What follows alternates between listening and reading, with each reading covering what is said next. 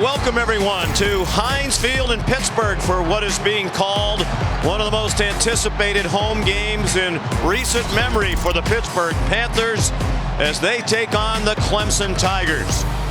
Pittsburgh 5-1, ranked number 23 in the country, and in control of the Coastal Division of the ACC at the moment. The only undefeated team on that side in conference play at 2-0. Dabo Swinney and Clemson trying to win the ACC for the 7th straight year, but they have work to do. They're looking up at Wake Forest and NC State on their side of the ACC standings. Hi everybody, welcome. Sean McDonough along with Todd Blackledge. Delighted to have you with us. When we visited with Pat Narduzzi yesterday, Todd, we talked about this game. We asked him, you've won a lot of games, but is this game a chance to perhaps change the narrative about your program, take a big step forward? He said yes, this would be a statement win. He believes he has the team to do it. Yeah, he does, and I appreciated his honesty in admitting it was that kind of game. This is a season-defining, program-defining kind of win. And they've got a chance to knock off the team that's been the bully in the ACC, right? There's great energy here. They've got to capitalize. If they're going to do that, it's going to be because their leader, senior quarterback Kenny Pickett, is leading the charge. He has played at an elite level this year since making the decision to come back. Accuracy, decision-making, 21 touchdowns, only 1 interception, and taking great care of the football. And that is what he did not do when they lost to these Clemson Tigers a year ago in Death Valley. Clemson a surprising 4-2. We spoke with Dabo Swinney yesterday. He said there's nothing less important than the halftime score. They're at the halfway point of the season. He thinks they could still get into the college football playoff. That might be unrealistic. They certainly would have to win today. Still playing defense at a very high level. Yeah, they've struggled mightily on offense for whatever reason, many reasons. The defense has been elite, and I'll tell you what, I was down the field before the game. They may not be playing like the Clemson we're used to, but they still look like Clemson. If Pitt's going to win this game today, they absolutely are going to have to earn it. We'll see if they can get the offense going against the Panthers today. Enthusiastic crowd here at Heinz Field. Pittsburgh and Clemson, the kickoff in a moment.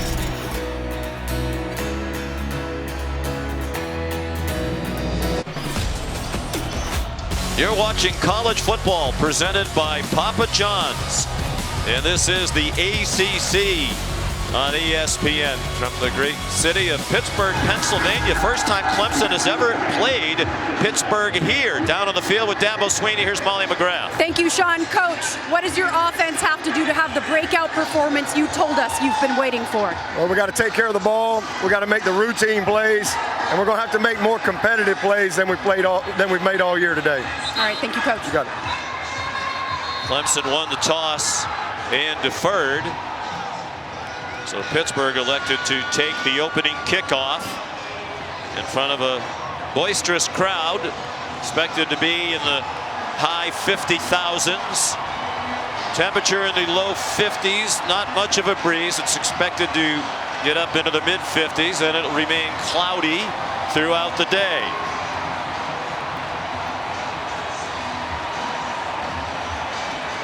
Jalen Barden back deep for Pitt. And BT Potter with a big leg will kick off for Clemson. 19 of his 24 kickoffs this season have gone for touchbacks, and we're underway. Returnable for Barden from the 5. He's in trouble, slips down, and lost the football, it seemed, at the 15-yard line. They got it back. So here comes Kenny Pickett, emerging as a Heisman Trophy candidate, making his 43rd career start today. What a season he's having. 21 touchdown passes, just 1 interception. A QBR of 88.4. Only C.J. Stroud and Cam Rising have been better. And he plays with an edge. As he says, it's the only way to play. Not only an excellent passer, but he'll put his head down and run. 18 career rushing touchdowns for the 5th-year senior from Oakhurst, New Jersey.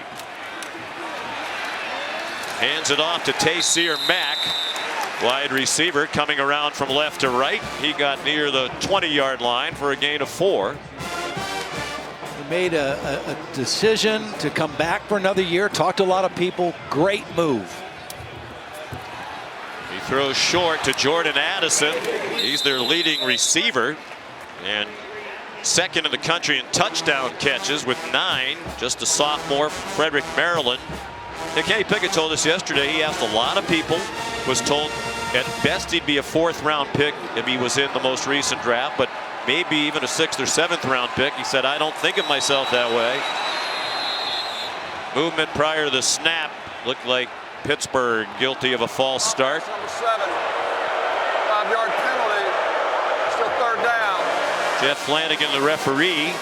And Kenny Pickett talked to Peyton Manning. He knows Peyton Manning from his appearances. Kenny's at the Manning Academy, their camp in the summer in Louisiana.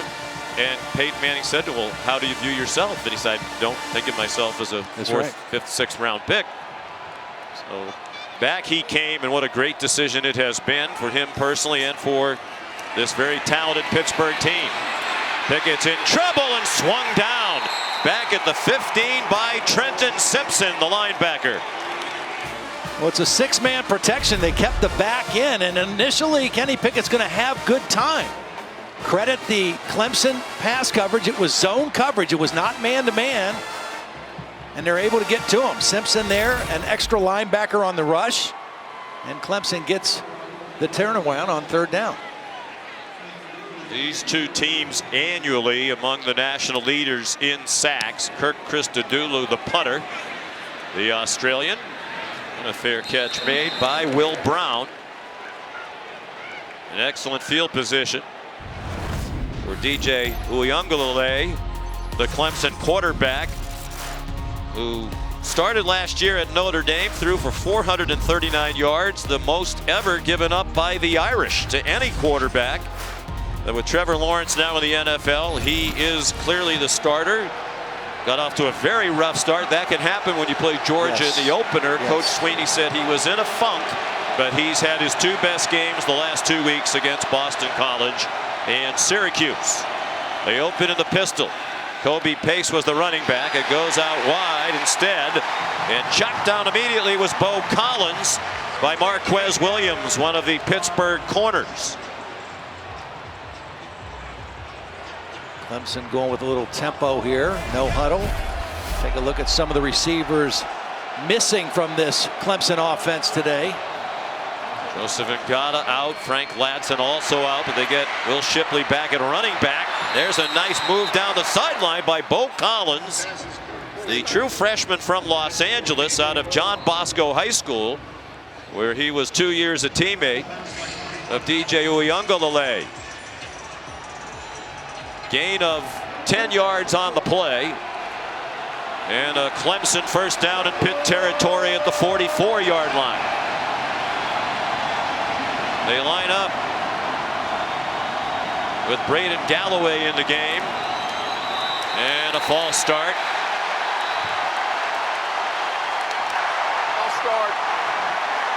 Well, see, those are the kind of penalties that are really going to hurt you, because you're 3rd and 1, and now with the penalty, you're 3rd and 6. And that penalty, as much as anything, is attributed to this Pitt crowd, a very raucous crowd. They got here early, they were outside the stadium, and that noise caused the false start. And Clemson had a similar problem like this on the road in their loss to North Carolina State. I was mistaken. Bo Collins did not get the first down. Instead of 3rd and 1, it's back to 3rd down and 6, 3 minutes in.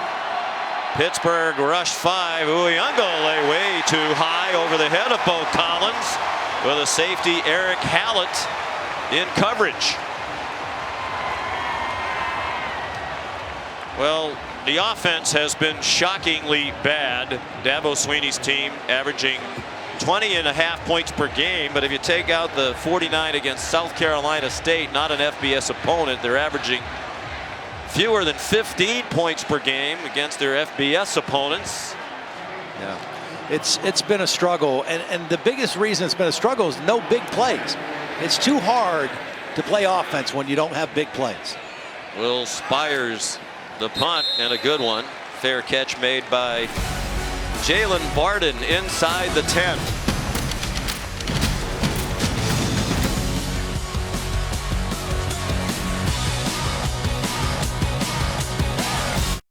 Coverage above Heinz Field provided by Goodyear. With you for every mile on the road to greatness. Goodyear, more driven.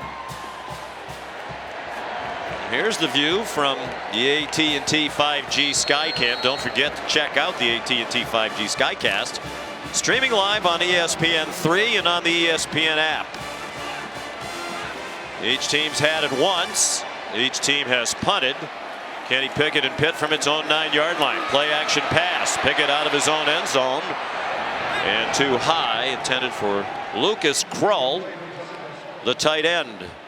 Pittsburgh, the second highest scoring team in the country, behind only Ohio State, and just barely behind the Buckeyes, average 48.5 per game. And Clemson giving up 12.5 points per game. Only Georgia, the #1 team in the country, is better in scoring defense. On the draw, Vincent Davis, the ball carrier. Todd, in our experience, usually when it's strength against strength, it's the other side of the ball that wins the game. The Clemson offense or the Pitt defense. Exactly right. And right now, I would give that edge to the Pitt defense. I think they, even though they lost a lot of guys in the NFL, they've played a little more consistently than that Clemson offense has so far through the first 6 games of the year. We had a quick look at the coordinators on this side of the ball. Mark Whipple calling the plays for Pitt. Brent Venables, the defensive coordinator for the Tigers. They need a lot of run after the catch. Melky Stovall, a transfer from Hawaii, and he didn't get to the first down marker. Came up about 5 yards short. Jalen Phillips there for Clemson. Interesting, the first 2 third down plays of the game, Brent Venables, defensive coordinator, rather than going after Kenny Pickett with pressure, dropped into zone coverage, just a 4-man rush. This is the best quarterback that they have faced. Now, Devin Leary from North Carolina State played well against them, but Kenny Pickett has played elite, and I'm curious how much they will try to pressure him or play coverage. Kirk Christodoulou punts again. Better kick this time. Fair catch made by Will Brown as he backpedaled near the 35-yard line. Well, for the last decade, Clemson, one of the best, winningest programs in the country. The offense doing more than its fair share over that decade. Nearly 500 yards per game of offense, but this season 322 yards per game. 115th in the country, and as we chronicled earlier, 20.5 is 113th in scoring. And they come into this one having scored 21 or fewer in 4 straight games for the first time since 1998. And that's a big reason why right there. Braden Galloway dropped the ball. When we spoke with Dabo and Tony Elliott, the offensive coordinator, they said either drop passes or inaccurate passes have been a big problem. Yeah, they've averaged between 4 and 6 drop passes a game. Galloway did not play last week. He got a concussion in the Boston College game. This is his first game back and not able to make a catch on his first attempt. 2nd and 10. Panthers were showing blitz. Uyunglele takes off running. Nice cut. And a first down into Panther territory to the Pitt 48-yard line. A run of 15 for DJ Uyunglele. He is a north and south runner, which means he doesn't beat you to the sideline, but he does have some shiftiness for a big guy and can make some people miss. That was just a good decision. He wanted to throw quick, thought the blitz was coming. Pitt faked it out, and he made it a good decision to run the ball. Here's Will Shipley, the talented true freshman out of North Carolina. Missed the last couple of games with a knee issue. And he got ahead for just a couple. Stopped by Servassier Dennis. Terrific linebacker for Pitt, who'll play all 3 of their linebacker spots today. Hey, the guy Clemson's got to get going early is Justin Ross right here. He's been pressing a little bit. He's had a lot of drops, but he is the most talented guy they have. Here's Shipley again. Good cut, and he stumbled across the 40-yard line. It looked like he had much more to gain, but he just tripped and fell with barely enough for the first down. Yeah, the little stretch play. He saw some daylight and cut it inside and just got tripped up, or that was probably going to the house. Well, you were on the field before the game. You made the point about this surface. Yeah, it's not the strongest grass. It's a little loose. It's a little higher than I'm sure Clemson is used to at home in South Carolina. It is new within the last few weeks, we're told. Uyunglele deep ball broken up, intended for Bo Collins. And Brandon Hill, the safety, saved the touchdown. Well, the ball was thrown over the opposite shoulder where the receiver thought it was going to be, and it hung in the air. It was underthrown, and that allowed the safety Hill to get there and make the play. If the ball is thrown out towards the goal line, they probably have a touchdown. You will have chances to make big plays against Pitt. They play a lot of man-to-man coverage. Here's Will Brown. Good run after the catch, and he spins ahead for a first down. That is what Clemson has been missing on offense also, is the little slot type receiver that they've always had. They've had some injuries, and to see Will Brown now get to make a play like that's a big part of what Clemson's pass offense has been over the years. They've tried to play Justin Ross in the slot. He's not really comfortable there. That was a good sign for Clemson's offense, that play. First catch of the season for the graduate student, Will Brown. After the run fake, it's intercepted. Picked off by Damari Mathis. And he runs it back to the 20, tackled by Davis Allen.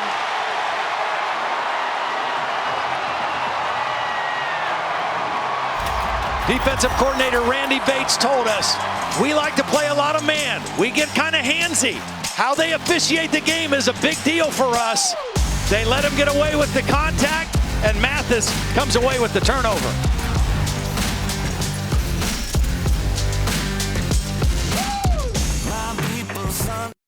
ESPN College Football is delivered by the Shaq-a-Roni from Papa John's. Pizza with a purpose. Order today. And in part by Cheez-It. Cheesy, crunchy satisfaction. This crowd fired up after the interception by Damari Mathis, his second of the season. Big contrast to the meeting between these two teams at Clemson last year when Kenny Pickett was intercepted 3 times on his first 9 passes, and Clemson had a 31-0 lead after the first quarter. High snap, Pickett got it down, gave it to Israel Abanikanda, an emerging force at running back, coming off the best game of his career, 140 yards last week in Blacksburg in their win against Virginia Tech. And they're going consistently up tempo at the start of this game. Nearly midway through the first quarter, no score. And whether that's not a normal part of Pitt's MO, it is when you play Clemson, because Brent Venables is a defensive coordinator that likes to wait as long as he can to make a call. He wants to get the perfect defense to stop every play, and sometimes that makes his defense susceptible to tempo. That hasn't helped the Pitt offense yet. They haven't had a first down. Can they convert on 3rd and 2? Pickett.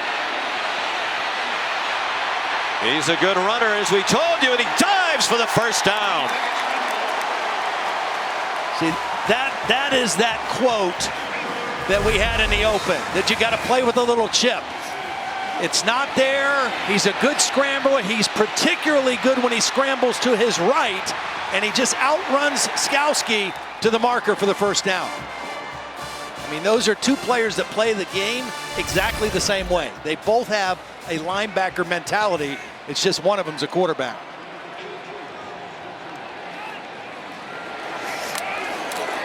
Abanikanda, sophomore out of Brooklyn, New York. He was the Gatorade New York State High School Player of the Year at Abraham Lincoln High School in 2019. R.J. Mickens took him down. That game last week against the Hokies, his first career 100-yard rushing game. It has been impressive, back-to-back 20-point-plus wins in conference play at Georgia Tech and Virginia Tech. The pass deflected and almost intercepted off the hands of Mario Goodrich, who had 2 of those interceptions of Kenny Pickett last year in Death Valley. He was trying to get the ball to Addison, who was the second receiver out there, and Goodrich able to get up and get a hand on the football. Again, when Kenny Pickett scrambles to his right, he's very effective throwing the football, much different than when he scrambles to his left. They bring a blitz. He throws over the middle, and it's caught for a first down. Jared Wayne, the receiver, junior from Peterborough, Ontario, swung down by Tyler Venables. One of the things Kenny Pickett said he wanted to work on, his pocket footwork and presence, his poise in the pocket and throwing the deep ball. Right there you saw poise in the pocket. Here's a tackle over now formation. Unbalanced line for Pitt. Pickett flushed backwards by a blitz by Mario Goodrich and forced to throw it away. Well-timed blitz by Brent Venables. When Pitt does this, they take their left tackle, Carter Warren, they move him over to the right side, and then this guy right here is a tight end or a wide receiver. Clemson was not fooled by the formation. Pitt will throw or run out of it. Normally you think if they put 3 linemen to one side, they're going to run, but Pitt will do both.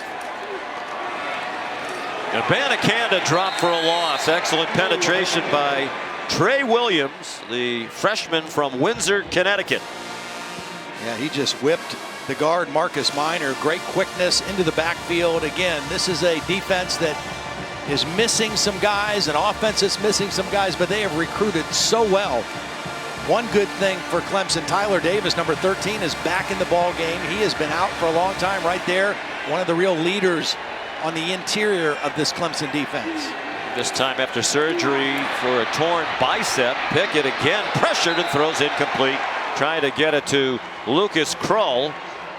And Tyler Venables had the coverage. Here's Molly McGrath. Well, Sean, Dabo Sweeney told me pregame that Tyler Davis was cleared to play by doctors just this Wednesday night. He said Davis was chomping at the bit to get back out on the field. He brings confidence with his leadership and experience, and he said he's one of the best players on this team and one of the most savvy players, so he brings a huge confidence boost. They're still without Brian Brzee, maybe their best defensive player, defensive lineman, who's out for the year with an ACL injury. Christodoulou's punt goes into the end zone. Crowd thought they'd get it close to the goal line, but they couldn't rescue it. And Clemson will start from the 20. The defense rose up, and we're still scoreless. Under 5 minutes to go in the first quarter.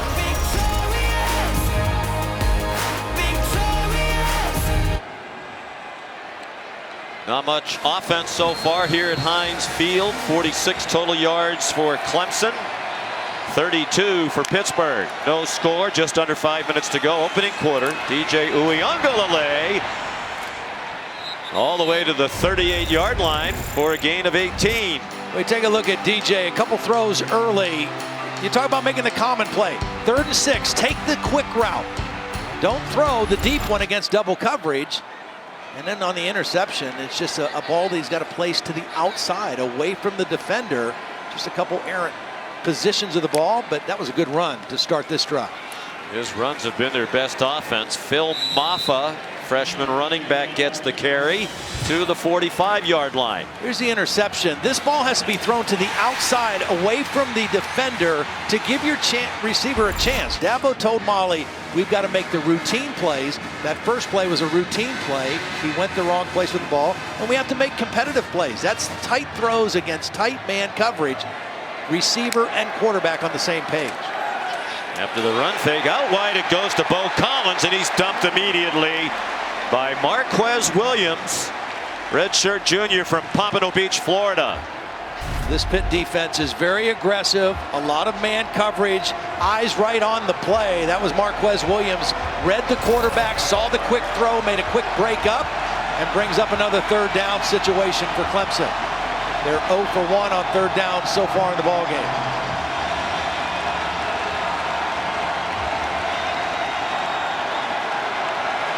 And 11th in the conference on 3rd down. Clemson at 38%, 3rd down and 6. Davis Allen, a big target, number 84. It's a deep ball, and it is caught. Joe runs under it. And a rare big play of 20 yards plus for Clemson this season. That's 34 yards and a 1st down. Yeah, only their 13th play like that. Now this is a perfect throw. Out over the outside shoulder. Your receiver had a step on the defender. Ball placement was perfect that time by DJ. Maffa couldn't break free from a leg tackle. Well, it was shocking when we looked at the numbers, the lack of big plays for Clemson on offense.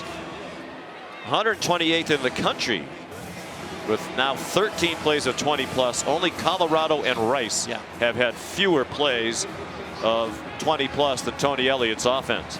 And again, offensive football is too hard. You're not going to put together 12 and 13 play drives against good defenses. You've got to have chunk plays.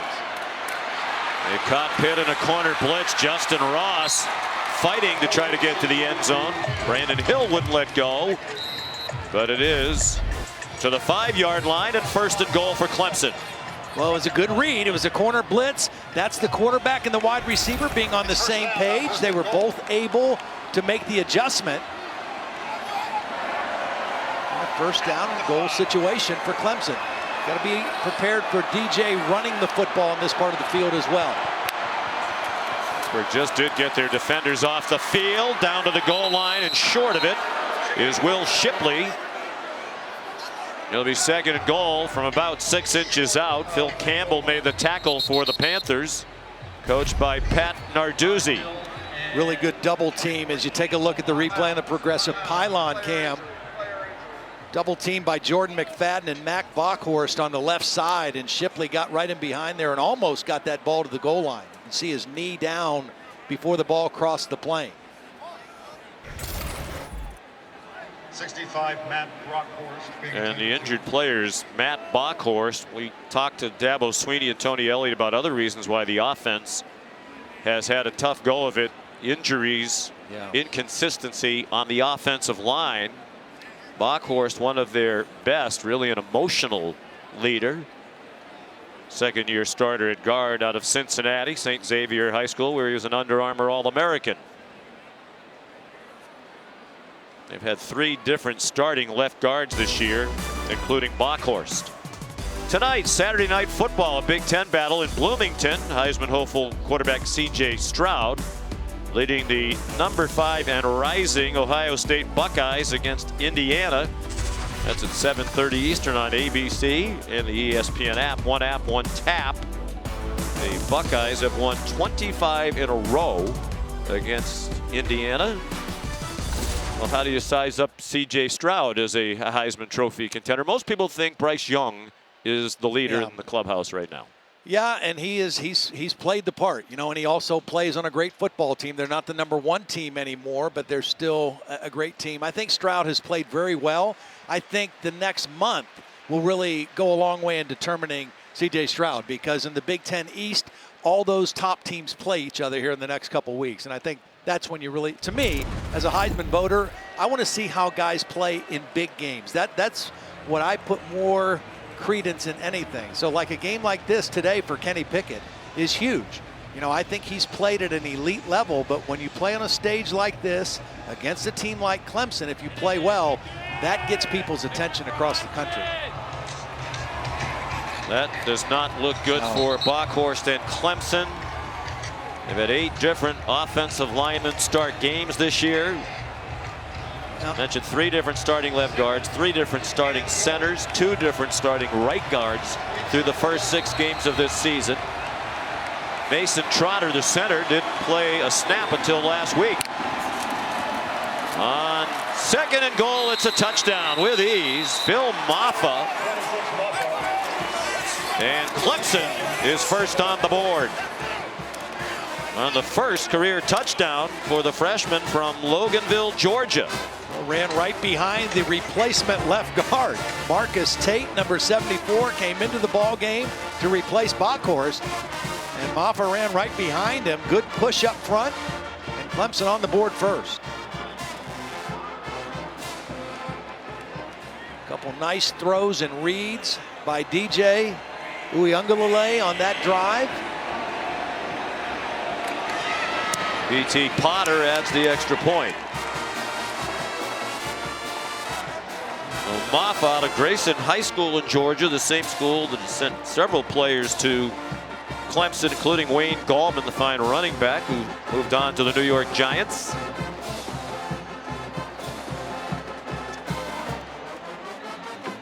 And the Tigers first on the board, trying to get the offense going. And as you said, Todd, when you make big plays, as they did on that drive with a 34-yard catch by a Joe, it's a lot easier to march down the field. What a topsy-turvy year it's been in the ACC. Clemson, North Carolina, Miami, all in the top 14 in the preseason rankings. None of them in the top 25 in the Associated Press right now. But how about Wake Forest, NC State, and Pittsburgh? Wake Forest won at Army today, scored 70 points. They're still undefeated, so they'll likely move up. They play Clemson, what will be a very important game, you would suspect, on November 20th. That is in Winston-Salem.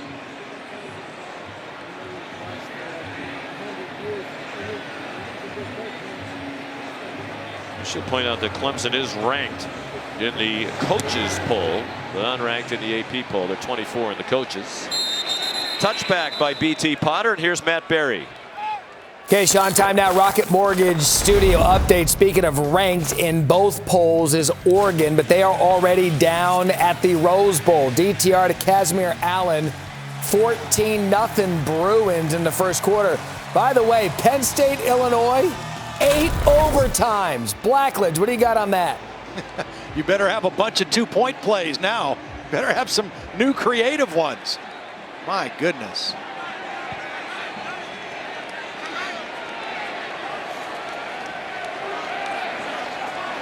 Pass in the flat off the hands of Vincent Davis. Dangerously so, as Sheridan Jones was in the area for Clemson. Yeah, Sheridan Jones, if he'd have known where the football was, he might have made a play on the ball. The ball had some hot sauce on it coming out to the back. Pickett now just 3 out of 8. That ball is a juggling catch by Gavin Bartholomew. He's the backup tight end. They have 2 very solid tight ends. Mark Whipple said last year we didn't have any tight ends we could throw the ball to. Yeah, I like both these guys. Bartholomew, a true freshman, small school over in Pennsylvania. Lucas Kroll is a grad transfer from Florida, really good pass catcher, both big bodies, and they give versatility to this offense. 11-yard gain, under a minute to go in the opening quarter. Pickett on target to the 40-yard line, a gain of 4 on a completion to Jordan Addison.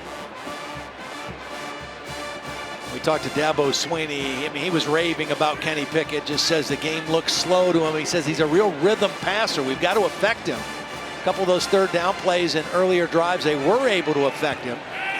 Those last couple throws, rhythm throws by Kenny Pickett. They're finding success over the middle to the running back Vincent Davis there, swung down by Skalski, but forward progress to the 49-yard line of Pitt, and another Panther first down. See, one of the things that Brent Venables has to weigh, if I pressure and leave guys in man-to-man, they've got a lot of weapons all over the field. This empty backfield, they've got a lot of matchups. Over the middle again. Kroll has the ball knocked out. And it looks like Clemson has it at the 35-yard line. Nolan Turner popped the ball out on the catch by Kroll. This is the kind of matchup you want. You want Kroll working on the safety. Turner, it's a good throw and catch. Turner just doesn't give up on the play and knocks it out. And E.T. Rubin, the recovery for Clemson. Remember in that game last year, there was 5 Pitt turnovers in the ball game, 4 interceptions and a fumble. As you mentioned, the game was pretty much over after 1 quarter when Clemson jumped out to a big lead. There's another big turnover. Pat Narduzzi's hollering at the officials. He thought it was an incomplete pass and that this should be reviewed, but it's not going to happen. Clemson with the ball on a 7-point lead. Kobe Pace, running room outside, lowers his shoulder and gets a first down on the last play of the first quarter. Dabo Swinney said recently he feels like the offense is starting to find its rhythm. It has here late in the first quarter.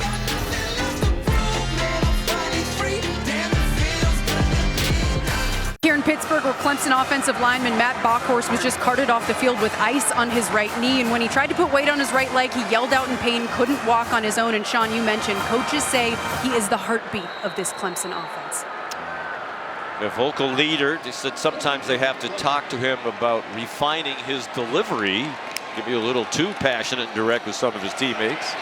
DJ Uiagalelei Ducks ahead for 2. And they're up to 75 yards rushing, just one play into the second quarter. Well, they felt that Boston College and Syracuse, they finally have got some consistency in their run game, and that is opening up opportunities in the pass game. Now, in the past at Syracuse, they didn't capitalize on those opportunities throwing the ball. Today, they've hit a couple good plays off this run game.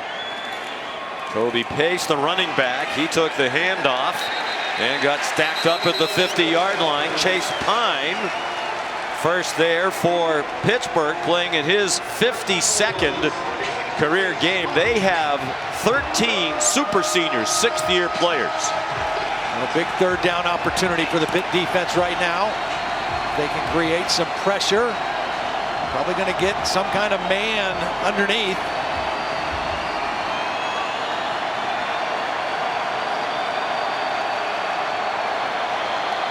Four receivers, 2 to each side for Uyunglele. Pressure up the middle. He got it off, but it wasn't well timed with Justin Ross. They threw that one well before Justin Ross was out of his break, which is okay if you put it right on the guy, but that ball was thrown to the sideline and Ross never had a chance.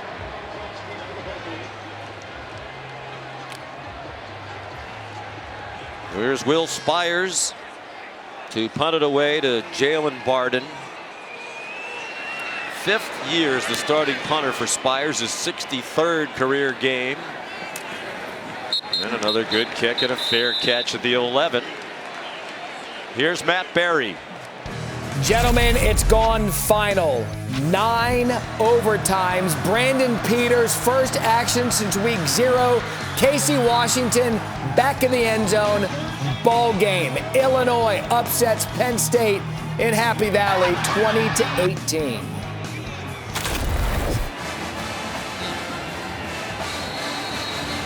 Well, we'll let you ponder that about your alma mater. Meanwhile, Pittsburgh did not score in the first quarter. Didn't score in the fourth quarter, Virginia Tech, but they were nursing a big lead. They really were just trying to run out the clock. Here's their biggest play so far. Israel Abanikanda out to the 35-yard line, a 24-yard run. Very patient runner. I mean, he's got great speed, but he still has patience to wait behind the blocks and make people miss. Nice run to start this drive for Pittsburgh. They need a couple chunk plays in their offense. 4-man rush. Pickett stepped into that throw on target to Jordan Addison. He's thrown down at the 40-yard line of Clemson by Andrew Mukuba, the freshman safety. Nice job by Taysir Mack, number 11, in that bunch formation, kind of clearing out the defense. He ran the deep route, and Addison kind of ran the in route behind him, and Kenny Pickett found him for a big play. That's the 2 biggest plays now that Pitt has had in the ball game, back to back. That pass was 25 yards. Pickett to Addison. Pickett running out of time, throws it away. Mukuba came on the blitz. True freshman out of Austin, Texas, who started in the season opener against Georgia. They lost Landon Sanders, who they thought might be a starter to preseason shoulder surgery. No big deal because this guy's been terrific. He has been, and they play with so much with safeties. A lot of times 3 safeties. Like right now, they've got 3 safeties in the ball game. Abanikanda stopped at the 37-yard line, led by James Skalski. You got Nolan Turner, Mukaba, and Tyler Venables that are in there together as safeties. They've got to be good in the run support in this defense, but they also are going to be called on to play man-to-man coverage. You got to have a lot of versatility to play in this defense Brent Venables has. Wonder if this might be 4-down territory for Pittsburgh. Here comes a safety blitz. Pickett is taken down back at the 45-yard line. Balin Spector, the linebacker, blitzing. Effectively so. Well, the back has to choose between 2 guys that are coming, and he makes the choice to take one, but that left Balin Spector with a straight line to the quarterback, and Kenny Pickett had nowhere to go. Sean, I think you're right. I think it may have been 4-down territory if they don't have the loss of yardage play there on 3rd down. Now they have to punt it. Dabo calls those linebackers, Skalski and Spector, the Bruise brothers. Now 1.5 sacks on the year for Spector. Christodoulou punts again, and this time they do down it inside the 2, and a big roar from the crowd after they failed to do it at the other end of the field. Trey Tipton was there.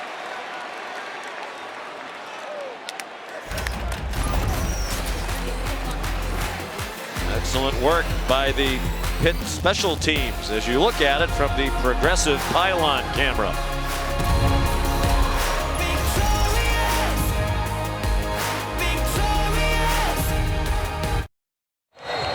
Clemson leads 7-0. This possession starts from the Tigers 2 at the student section end of the field. Uyunglele went under center, handed it off to Will Shipley, who got belted after a pickup of 3.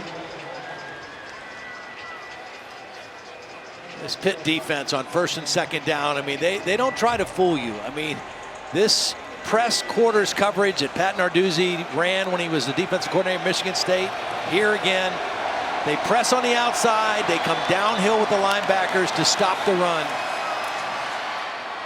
DJ throws, and a juggling catch made, very nearly another drop.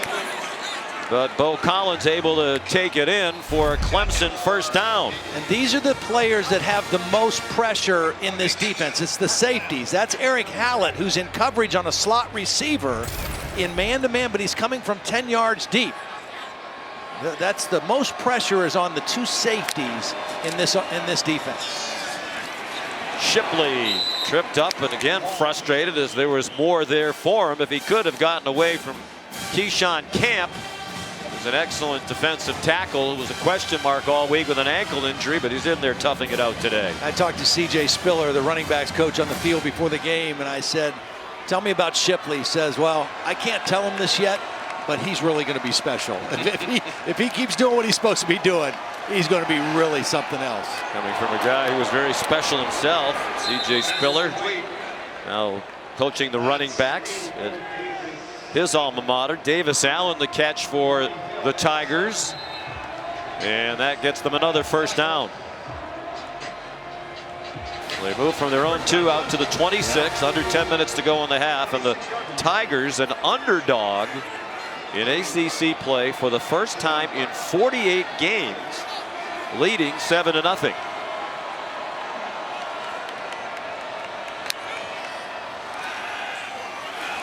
DJ tried to pull it down and run again. Not that time. He had done that successfully a couple of times already, but Dayon Hayes there to stop any forward momentum. Yeah, this is definitely a called quarterback run. You can tell that because Shipley is leaving the backfield to go block, but the pocket, everything just collapsed. Good penetration into the backfield by Hayes, and Pitt gets a negative yardage play on 1st down.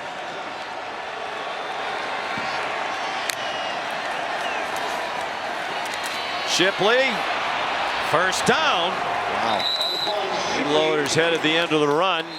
They follow the lead blocking of Davis Allen, the tight end, John Patrician, the tackle. Watch this. It looks like he's coming all the way across, and he's going to circle back and block at the point of attack. They pull the backside guard and the tight end. They get the flow of the Pitt defense going one way, and Shipley cuts it back with good speed and burst for the 1st down. Dabo said they have been getting the running game going, and it's continuing again today. Uyunglele, it's dropped. And when you talk about why don't they have more big plays, there it is. Another drop. Yep. That would have been not only an explosive play, this one would have been a touchdown by Shipley.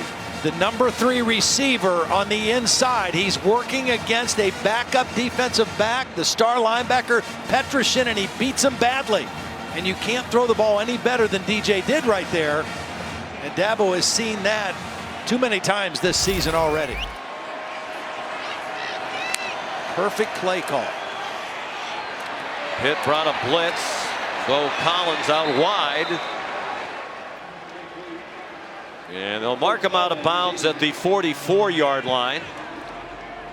Well, even if Clemson doesn't get any points out of this drive, the fact that they've moved from outside of their own 2 with the way their defense has played all year, you are flipping the field and playing to the strength of your team, which is their defense.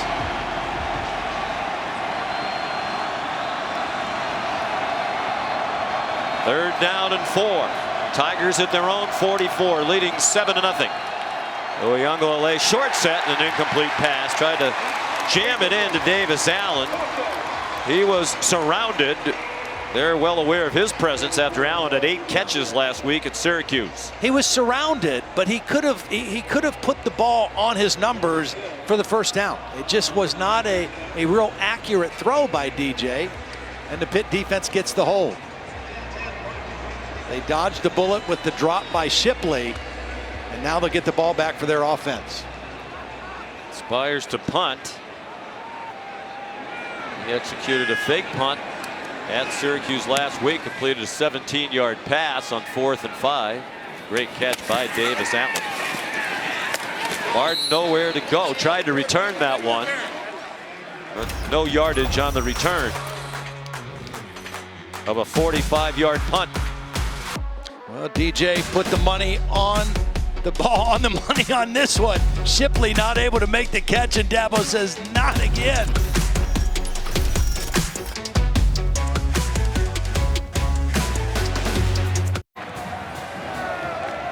Taco Bell welcomes you to the Live Más Student Section of the Year contest. Use hashtag Student Section Sauce to get the committee's attention. Go to ESPN.com/Taco Bell to see how your school can compete. It's one of the differences here at Pitt. This is not an on-campus facility.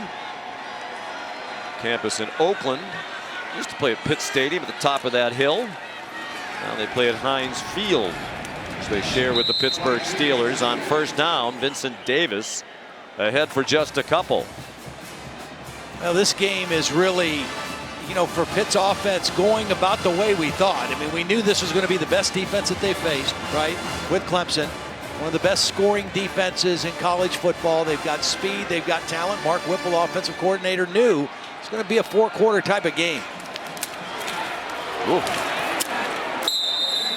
Jacques Louis got knocked around, managed to keep moving forward and hang on to the ball, and he got close to the first down marker. They'll need 1 here on third down, and they go quickly again. Vincent Davis, the running back, and he has the first down across the 20. But we wondered about the Pitt stats. They clearly have a very good offense, but the scoring that we mentioned, second in the country at 48.3 per game, certainly largely a product of 77 against New Hampshire and 51 against UMass. Yeah, last week 28 in Blacksburg on a windy day was their lowest output. Corner blitz by Booth, who's back in action today after missing last week. Deep ball, and Addison could not run under it with Nate Wiggins in coverage, a freshman from Atlanta, matched up against one of the best receivers in the country, Jordan Addison. Nice job by the back picking up that corner blitz. That allowed Kenny Pickett to go ahead and launch that ball and give Addison a chance. Just a slight overthrow. Pickett now 9 out of 16 for 89 yards. The run on 2nd and 10 yields nothing. Vincent Davis again. Just really like these inside linebackers of Clemson. Skalski and Spector share the team lead in tackles, both hard-nosed guys. That time Skalski on a run blitz got in the backfield for the stop. Pickett, a beautiful set and throw. The completion for a first down to Jared Wayne. See, find your matchup. Where can I go? Let's go against a linebacker with a wide receiver. That was what they had. Jared Wayne was the inside receiver, matched up against Barrett Carter, a freshman linebacker, and that's a matchup that favors the offense. Second catch for Wayne, 23rd of the year, second most on their team. Nice move by Vincent Davis as he got close to the first down. Danced away from Jalen Phillips for a gain of 8. You go empty set, you put the ball in your quarterback's hands, and you let him find the matchups. You spread this defense out, Pickett threw it over the head of his intended receiver, Melky Stovall. We spoke with Pat Narduzzi yesterday about Kenny Pickett. Pat was an assistant at Michigan State, defensive coordinator, when they had Kirk Cousins. And Pat said, I love Kirk Cousins, but I think Kenny Pickett is a better player than Kirk Cousins. There's Mark D'Antonio, who was the head coach at Michigan State, here to cheer on his great friend Pat Narduzzi today. His second year in retirement. For the great job he did with Sparty. Pickett runs for the first down. On 3rd and 2, he got 3. And his parents are here, as they always are. Dad Ken on the right of your screen, Mom Casey.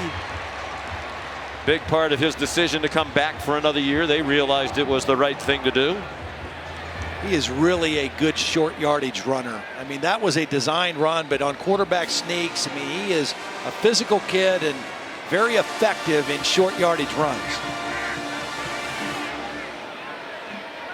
Under 4.5 to go till halftime. Clemson leading 7-0.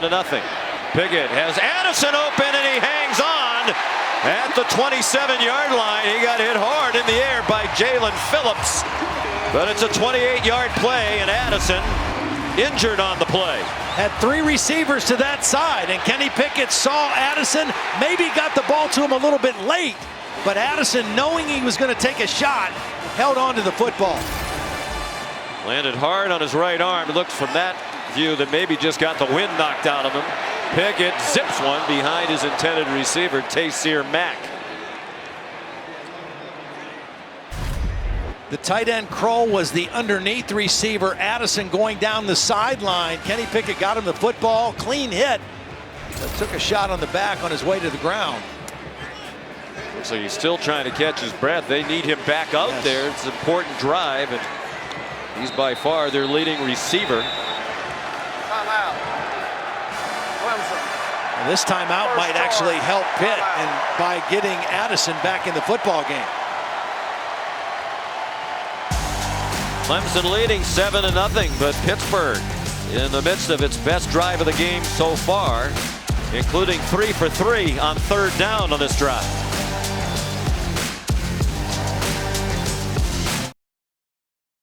Aerial coverage provided by Goodyear. To reach the end zone, all you need is drive. Goodyear, more driven. Back in Pittsburgh, the Allegheny River, and there the Monongahela and Ohio rivers. There's Heinz Field. Saw the home of the Pittsburgh Pirates along the Allegheny as well. Here's a screen on 2nd and 10. Israel Abanikanda. Not a lot there. And here comes another 3rd down, as we said, heading to break. They're 3 for 3 on 3rd down, and Jordan Addison returns to the game now for the Panthers.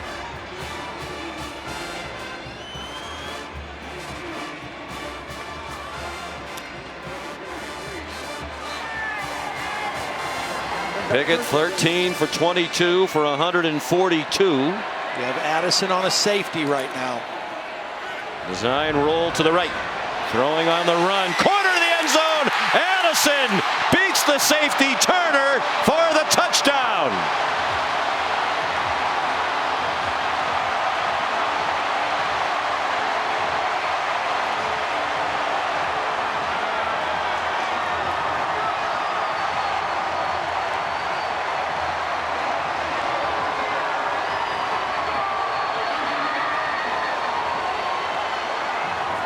First time by design, Mark Whipple has rolled Kenny Pickett out of the pocket, buys him a little time, allowed that deep route to open up, and a perfect strike on the move to Addison.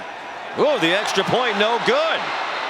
Sam Scarton rifled it off the upright. That's his 3rd missed PAT this season. Offside. There's a look at the touchdown. You can hear in the background the referee Jeff Flanagan. They'll get another shot at the extra point because the Tigers were offside. A beautiful throw by Kenny Pickett to Addison. Addison came back for that 3rd down play. Nice design. And now a second chance to tie the football game. So Pickett's thrown 22 touchdown passes to 1 interception this year. Scarton. Still a little closer to that upright penalty. than Pitt fans would like. I think they were offsides again. I think they're lined up offsides. Well, as close as that one was, I think Pat Narduzzi will say, we'll take the kick. That penalty, big decline. Point after is good. And Addison, the touchdown catch, his 10th of the season, tied with Jalen Cropper of Fresno State for the national lead. We're tied at 7 with 3:18 to go in the half in Pittsburgh.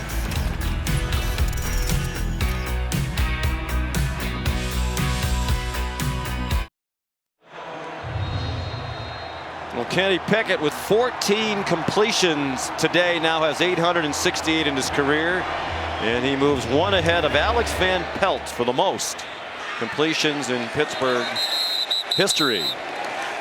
And a lot more football still to be played for Pickett. Back in the studio, here's Matt Berry. Okay, Sean, coming up with the Lexus halftime report. You mentioned history. We had that in Penn State and Illinois. What a finish we had there. Plus Oklahoma again. Needed a second-half comeback. Caleb Williams against the Star. And UCLA and Oregon. We've got a good one brewing in the Rose Bowl. Sam Acho, Joey Galloway join me coming up on the Lexus halftime report. We thought some of the top teams in the country, I believe 6 of the top 7 teams in the rankings were favored by 20 or more points today. Thought it might be a breeze for teams like Oklahoma and Penn State. It obviously was not. After the play fake, DJ Uiagalelei, a battle for the ball, and it's incomplete. Bo Collins wrestling with the safety Eric Hallett, and the ball hit the ground. It's a good read by DJ and a good throw. He gave his receiver a chance. Just an excellent play by Hallett in man coverage on a slot receiver and knocks it out. Hallett's the guy that replaced probably the heart and soul of this defense a year ago, Damar Hamlin, the safety, a 4-year starter. And Hallett is a guy who's got to take that responsibility as the leader in the back end of this defense. They had 5 defensive players drafted earlier this year in the NFL draft, including 2 All-American defensive ends. Here comes a blitz. And the pass off the hands of a Joe. Tough catch. They've had 2 blatant drops today, 15 for the year, including a ball that would have been a touchdown to Will Shipley. Well, that ball had to come out when it did because Servassier Dennis was coming unblocked on a blitz to the inside. And DJ had to get rid of the football. This is the loudest this place has been today here on 3rd and 10.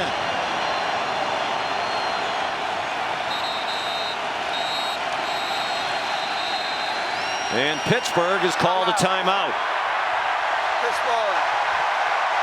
I don't think Pat was calling the timeout to make the crowd louder. As you said, it was clearly as loud as it's been all day.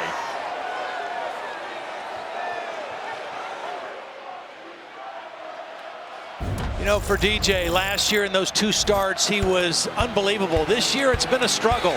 It's either been bad ball placement, not putting it where his receiver has the best chance to make the catch, or it's been a case of when he is accurate with the football, his receivers drop it. We've seen drops again today. It's been a consistent theme. This one would have been a touchdown, and it's just been that combination. Sometimes it's on the quarterback not putting the ball where it's supposed to be. Sometimes it's on the guy not catching the football. Well, he stepped in as the starter last year when Trevor Lawrence tested positive for COVID-19. Memorable debut against Boston College. They were down by 18 points. He went 30 for 41 for 342. 2 touchdowns brought him back. Then the historic game we chronicled earlier in his second start against Notre Dame. But he has not picked off as a starter where he left off last year, and he's surrounded by Panthers. Puts it up for grabs and lucky to get away with it. Ross had inside position on Brandon Hill, but it was Hill who poked it away. And good pressure by the ends, Deslin Alexander and Haba Baldonado. Yeah, he's very fortunate here because he just kind of threw this into double coverage. And very lucky that that one wasn't intercepted. Justin Ross able to at least knock the ball away and prevent an interception. Will Spires to punt again.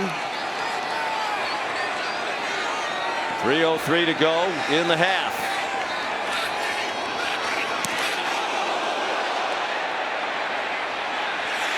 Pick that ball up. A big mistake.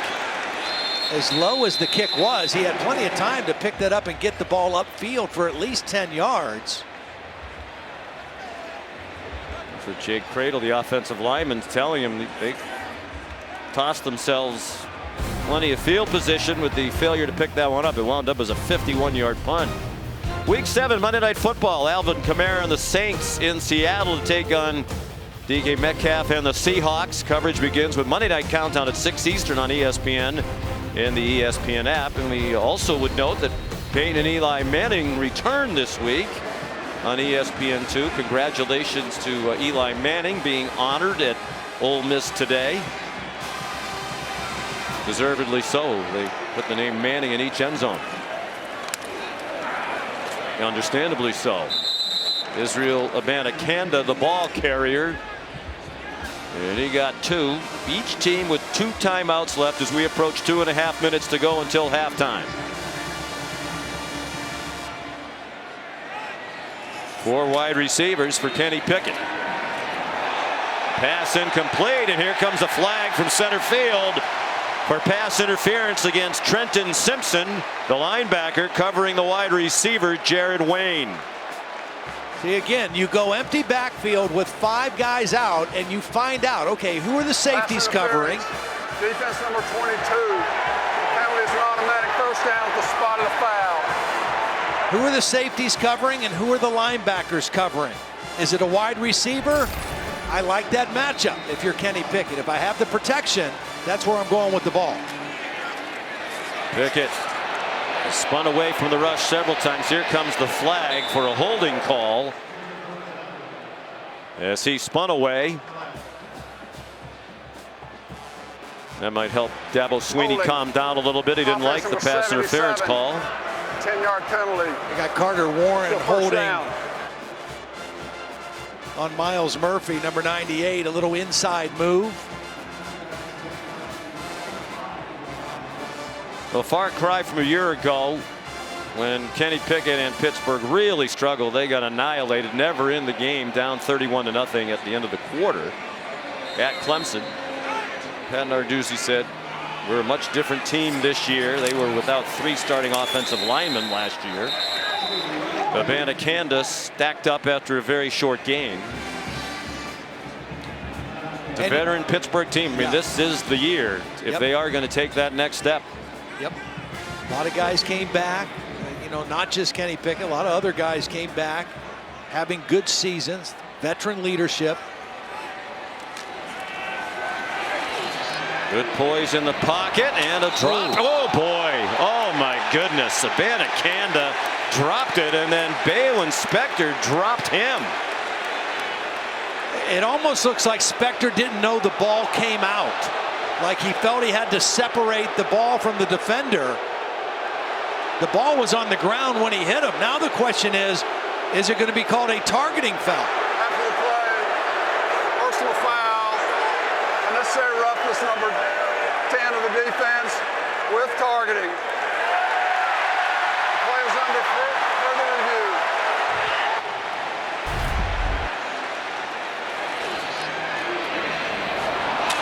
Oh.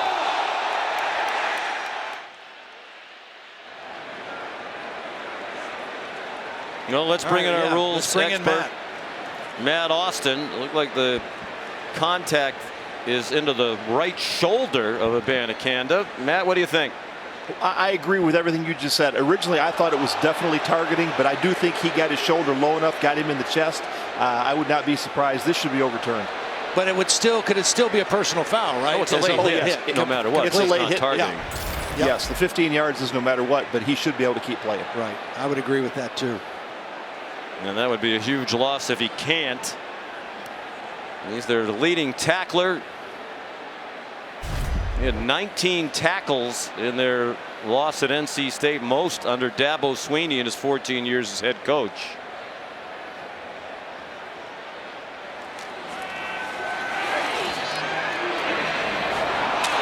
Replay official is Jack Kramer, who made a really good tennis racket when I was a kid.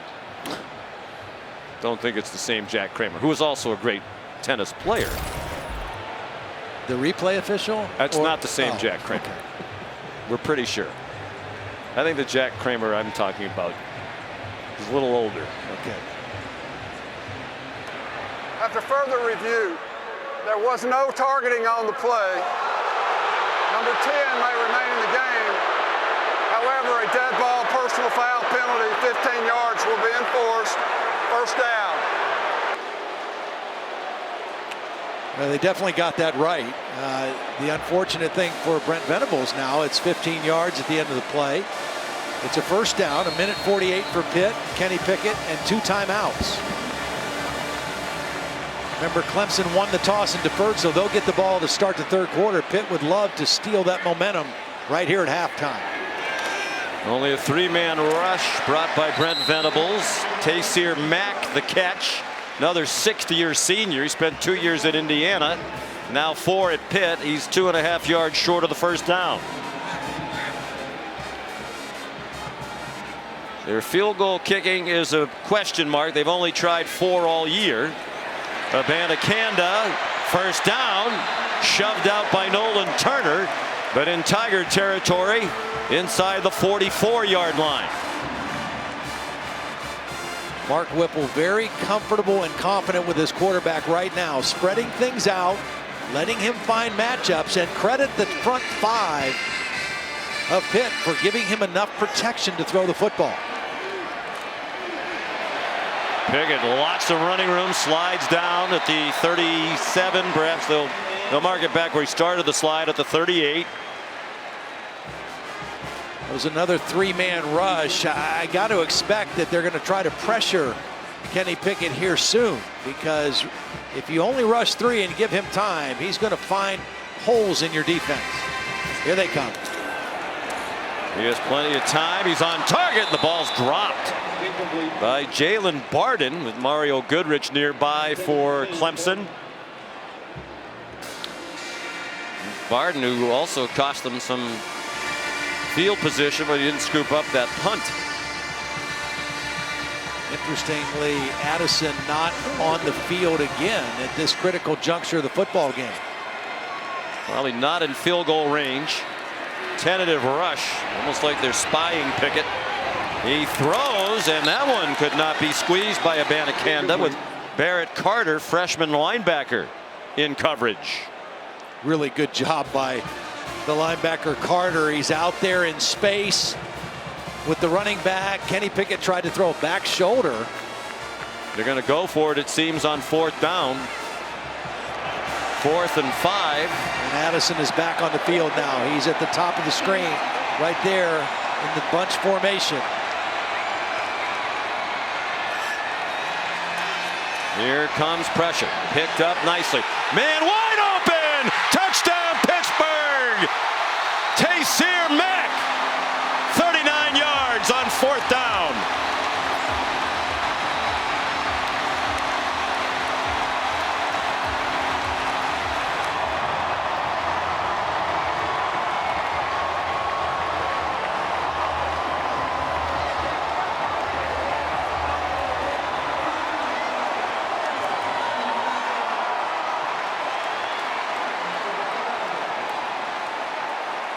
Scarton for the extra point. He has to be a little shaken by what transpired the first time around. That one much closer to dead center.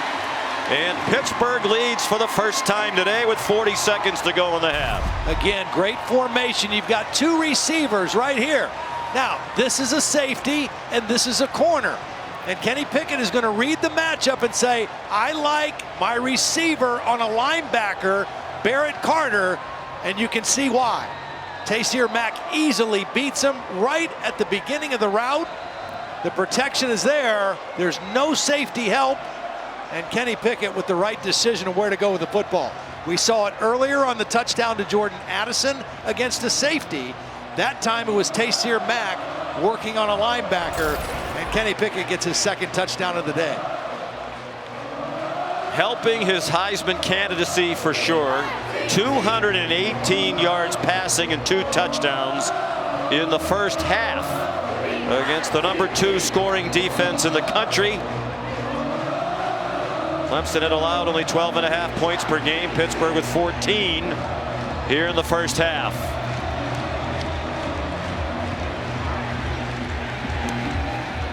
Sam Sauls kicks off.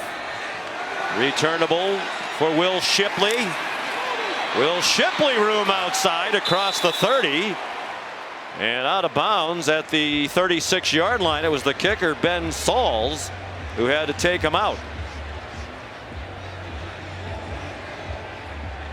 Kenny Pickett making history now, it seems, almost with every pass. He just moved past the great Trevor Lawrence for 5th most passing yards in a career in ACC history, up to 10,136. And if he stays healthy, he'll likely become #1 all-time at Pittsburgh and pass Alex Van Pelt. Of course, they weren't in the ACC when Alex Van Pelt played here in the late 80s and early 90s.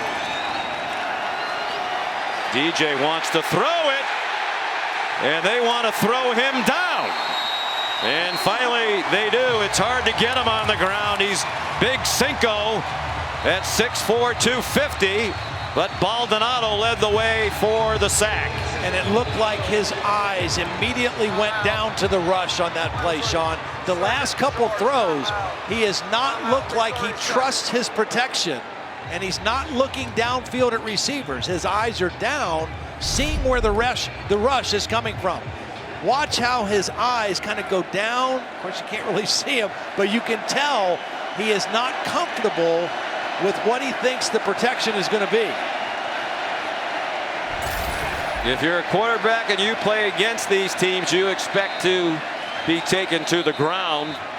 Since 2019, these are the top 2 sack teams in the nation.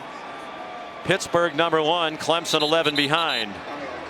Part of the reason that both these teams get so many sacks is they play a lot of man coverage. So there's no real easy windows to throw. And so as a quarterback, you know, I'm not going to get the kind of separation.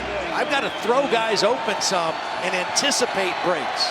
And you can add extra rushers when you're playing man-to-man. There's a Clemson timeout. They want to stay aggressive. Down by a score. That's into traffic and incomplete off the hands of Joe, the sophomore from Brooks, Alberta. First Canada signee for Clemson football. That's the throw that DJ has to get better at. The back shoulder throw. You've got big receivers. They have big-bodied receivers that aren't going to run away from people, but that ball has to be placed better. It has to be thrown outside, away from the defender, so your receiver has the best chance at making the catch. That's an area that he still needs great improvement on. Uyunglele 9 for 20, but with a couple of crucial drops, including one that would have been a long touchdown. They go to the run to Kobe Pace on 3rd down and 12. He did not get the first down. And it doesn't look like either coach is going to stop the clock. They're content to go to halftime. Dabo Swinney's defense gave up 195 yards in the second quarter as the game tilted in favor of the Panthers.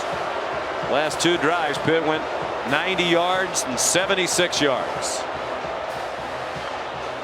Pickett 17 for 29 for 2 touchdowns against one of the best defenses in the country. Here's Molly McGrath. Coach, some crucial mistakes in that first half. How will you address that in the locker room? Well, what I said before the game, the routine plays, and then we got to make the competitive plays, and we've had them there the whole half. We've just dropped balls, missed opportunities, and then really poor 2-minute defense. Critical penalty, kind of a disciplined play. We overcame the PI, but that was a penalty, and then a bust for a touchdown on the play before the touchdown throw, the big throwback.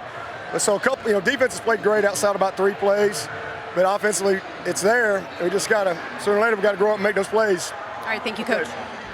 And it's exactly what he talked to us about this week. It's just more of the same on the offensive side of the ball. At the half, it's Pitt 14, Clemson 7. Now to the studio for the Lexus halftime report. Here's Matt. Sean McDonough, thank you. We do begin. You're watching college football presented by Papa John's. This is the ACC on ESPN. From Heinz Field in Pittsburgh, where the sun has broken through the clouds for the first time today. And where Pittsburgh, with 14 points in the second quarter, has taken a 14-7 lead on Clemson into the third quarter. Ben Sauls kicks off for the Panthers. Will Shipley won't try to bring it back. And let's take a look at who's making big moves today, brought to you by SoFi. Well, it's a game of matchups. Jordan Addison against the safety, Nolan Turner. Turner's a good football player, but a little overmatched, especially with a perfect throw. And then the other touchdown, Taysir Mack working on a freshman linebacker. This is a mismatch. Again, my formation, you find the matchups. The matchups that's what happens in the NFL. Well, Pitt's got a former NFL offensive coordinator, Mark Whipple, and a future NFL quarterback in Kenny Pickett, and they're playing the same game today. Mark Whipple coached in the NFL with Pittsburgh, Philadelphia, and Cleveland. First play from scrimmage of the second half. It's Kobe Pace out to the 31-yard line, a gain of 6. Halftime stats brought to you by PlayStation. 88 passing yards for Clemson, but you think about that big drop by Shipley, that would have been a long touchdown. And the third downs, I mean, that's the clear advantage for Pitt, especially late in that second quarter when they really started to make their moves. 6 of 11 against this very stout Clemson defense. It is now correct, 14:49. Clock will start on my signal. DJ Uiagalelei, 9 for 20 for 88 yards. You saw the drops were a problem. No touchdowns, 1 interception. He rushed for 31 yards, averaged 6.2 per carry. Here's Pace, did well to stay on his feet and reach the 40 with a Tigers first down, tripped up by Deslin Alexander. Nice start to the third quarter here. A couple quick, easy passes, a couple nice runs. Clemson get a good 1-2 punch with Kobe Pace and Will Shipley. Of course, Maffa had the first touchdown of the game, the other freshman running back. Uiagalelei keeps. And he lost the football on the tackle. And it looks like Joe got it back after it bounced past a couple of Pittsburgh Panthers. Kalijah Cansey knocked it free from Uiagalelei, and a big break for the Tigers that they got it back. Yeah, the reason that Joe got it back is because Pitt was trying to scoop and score. The ball is going to get stripped out cleanly by Cansey. And there's 2 defenders that tried to pick it up. Hallett and the other safety, Brandon Hill, wanted to pick it up and run with it instead of just recovering it. And Joe was able to come in from behind him and secure the football. Clemson did not turn it over in either their previous 2 games against Boston College and Syracuse. Pace going nowhere, thrown back by Haba Baldonado. You know, an interesting number, though, about this Clemson offense. They've only had 2 fumbles that they've lost this year, but that's the 15th time they've fumbled, where they actually put it on the ground but didn't lose it. They were very lucky they didn't lose that one.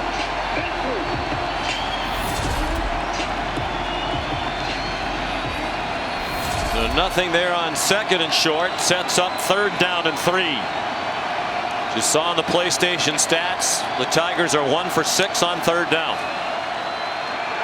Uiagalelei over the middle, caught, and it looked to be enough for the first down. It will be on the spot. Justin Ross to the 49-yard line of Pittsburgh. It's a tight throw and a tight window.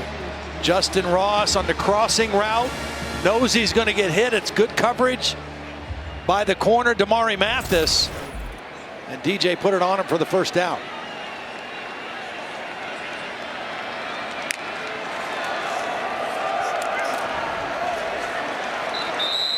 Again, 20.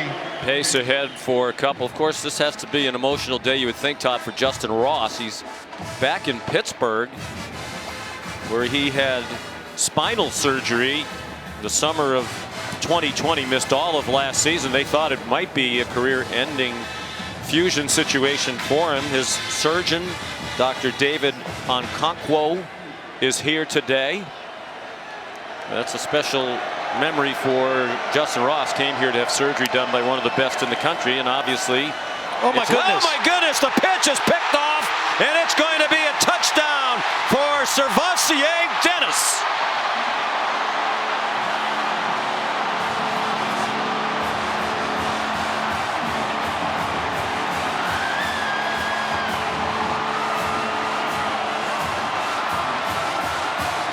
This guy has a nose for the football. Now he's coming just on a run blitz, but he runs right into the path of the shovel pass, and DJ Uiagalelei just throws it right to him. But Servassier, he does that. I mean, he is around the football. He's a playmaker, and that was as big a play as this football game has seen. Well, they survived the Uiagalelei fumble, but it didn't take much longer before they did turn it over. 50-yard return by Servassier Dennis, officially an interception. The second thrown by Uiagalelei. Servassier Dennis, junior from Syracuse, New York. 21-7 Pitt.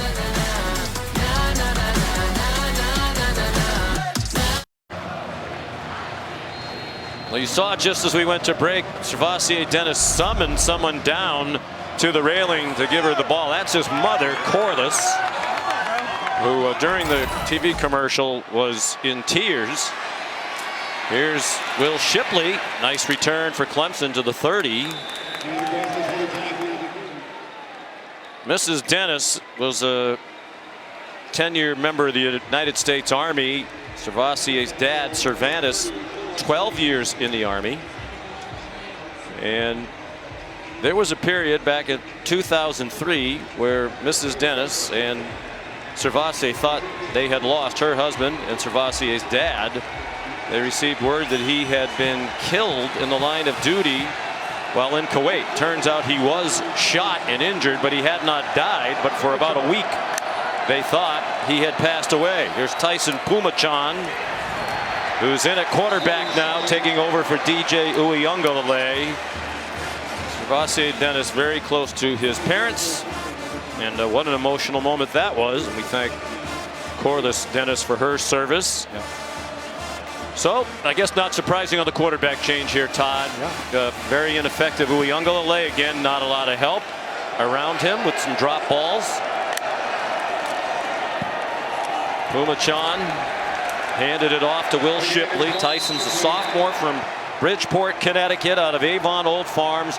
Very highly recruited. We talked to Dabo Sweeney last year about him. He said he's a bigger Russell Wilson. How ironic is it at this point in the season, two of the considered Heisman frontrunners, Spencer Rattler and DJ Uiagalelei, both find themselves on the bench.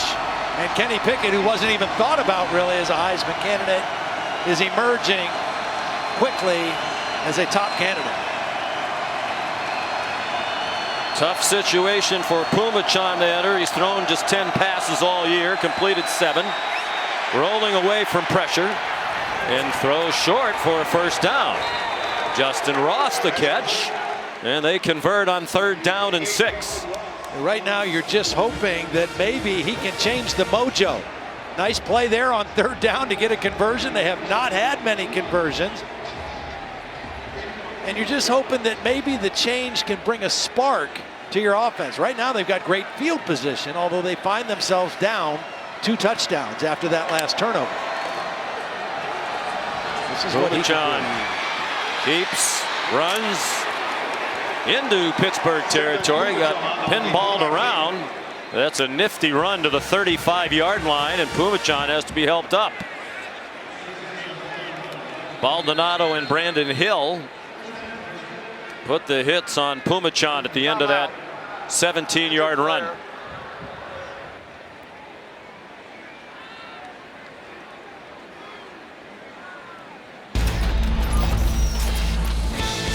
The timeout has been called.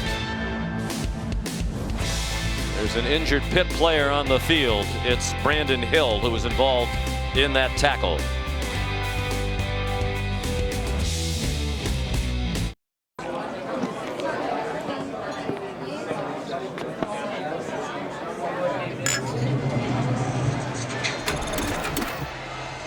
Sean McDonough, Todd Blackledge, and Molly McGrath back in Heinz Field.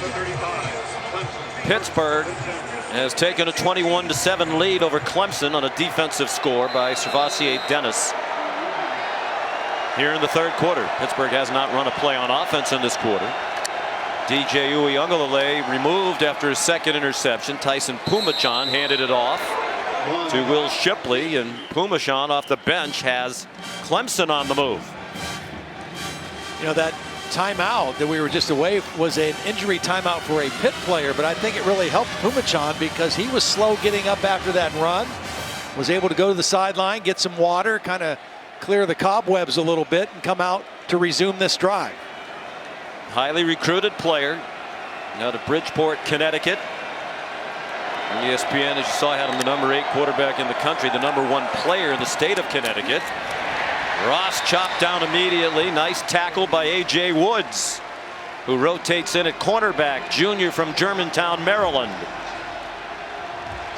With the last third down situation that they converted, Pumachan rolled out to his left the pocket, made the nice throw on the move. See if Randy Bates, defensive coordinator, decides to go after the new quarterback here on 3rd and 4.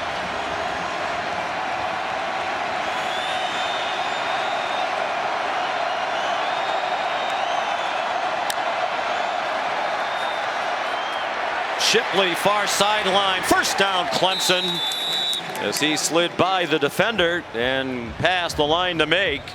Deslin Alexander made the tackle. Looked like Brandon Hill had a shot at him. Timeout. Injured player. And it's Deslin Alexander. Saw the Clemson trainer indicating to the Pitt medical folks that it was his left shoulder. He's their starting defensive end. Another one of those veterans, a 5th-year senior from Pompano Beach, Florida.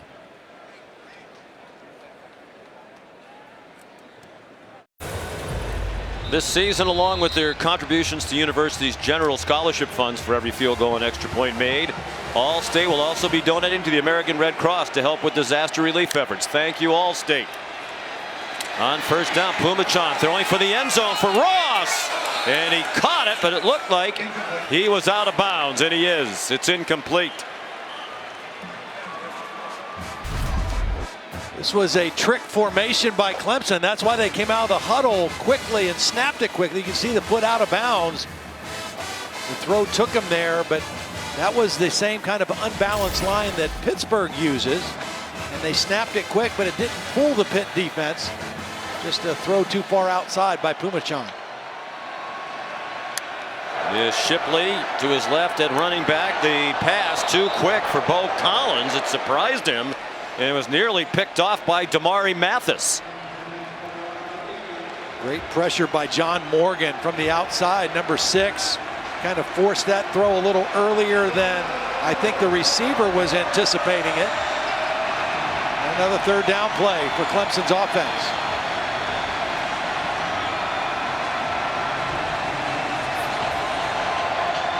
Almost midway through the quarter, the Pitt offense still has not been on the field, but this raucous crowd does not mind as the defense has scored. They're hoping they can stop the Tigers on 3rd and 10. They are in field goal range.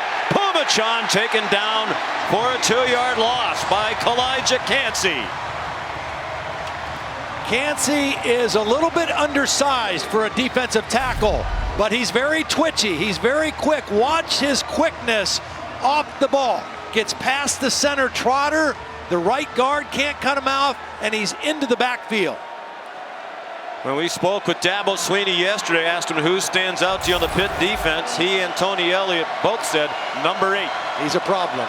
He was a problem on that one. 42-yard field goal try by B.T. Potter is right down the middle. He's 7 out of 8 in field goals this season. And that matches his longest field goal of the year. So good job by Pumachan off the bench. And now it's time for Taste of the Town with Todd Blackledge.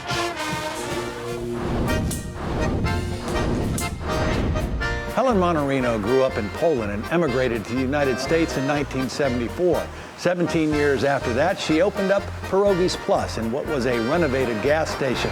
She loves serving the comfort foods from her home, things like stuffed cabbage and haluski, which is cabbage and noodles, and of course, pierogies, the crescent-shaped tender dumplings that are filled with traditionally potatoes, but nowadays even some things like hot Italian sausage.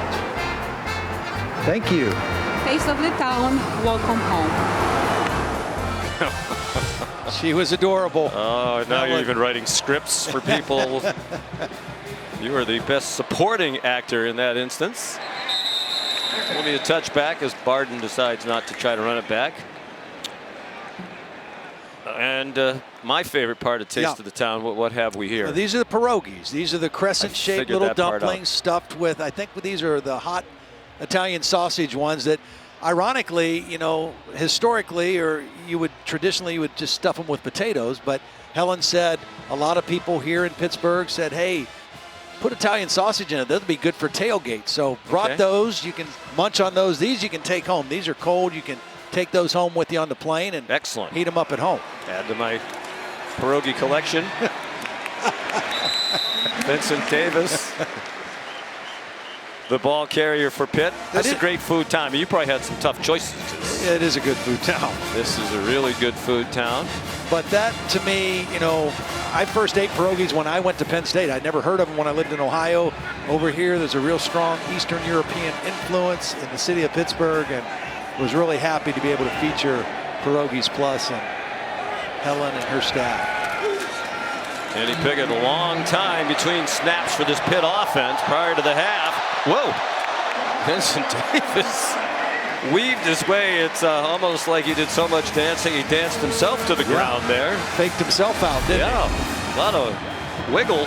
But you wonder if he wound up wiggling himself into the grass. Well, first of all, he got a little chip on Miles Murphy, the defensive end, on his way out, and then still made the catch. 7-yard play. 18 out of 30 now. Pickett for 225 and 2 scores. Davis ahead. And here is Molly McGrath. Well, Sean, I'm told Pitt wide receiver Jordan Addison is doubtful to return. He's still back in the locker room being evaluated for a concussion. Medical training staff tell me he started to feel symptoms of a concussion at halftime, and they think that he was injured on the play where he was tackled and the wind was knocked out of him. They say that he must have hit his head on that play, but I spoke with Pat Narduzzi. He told me he knows this will be a fourth quarter game, and he trusts that Kenny Pickett can get it done. Without his top receiver, it's Taysir Mack, the veteran. What a beautiful throw. I mean, he's a different looking guy than we've seen in the past. For a while, he played on a very sore, very severely injured ankle, and clearly he's able to plant and throw with great velocity. Yeah, and his presence in the pocket looks so much different this year. That was one of the areas he really wanted to work on. He's surrounded by better players, and that was a big-time throw. And that was a big-time hit by Goodrich. And Jalen Barden did well to hang on. The crowd could see that one coming. You know, we talked about this before. You see Kenny Pickett come to the sideline to get the play from Mark Whipple. They don't use signals. They don't do any kind of messaging. He likes to go over, and Mark Whipple likes to give him the play. And he doesn't just give him the play. A lot of times he gives him other information that is helpful to look for. Pickett throws, caught. Good run after the catch. Melky Stovall to the 25-yard line. Well, no Jordan Addison, no problem for Pitt on this drive. Melky Stovall, a transfer from Hawaii, another one of those super seniors, getting the most out of his college eligibility, and excellent work after the catch. Booth in coverage, and that inside spin was huge. 22 yards on the play, 16 after the catch. Pickett across the line of scrimmage, runs out of bounds, flag down, back behind the line of scrimmage. Offense number 53. 10-yard penalty, still first down. Jake Cradle redshirt junior, and he is the youngest of the starters up there in terms of college experience. The other 4 starters are all 5th-year seniors on that Pitt offensive line. You know, I don't think this was a hold. What happened was Cradle is right here, the right guard. He's going to be working on his man, and the center, who has nobody to block, is going to come over and hit the man. That's what knocked him to the ground. That was not a takedown by the guard. That was the center who was unblocked coming over to make help, and that's a penalty that went against Pitt. I don't think that was a hold. Matt Austin, our referee, nodding in agreement. Penalty is 10 yards. Previous spot. First down.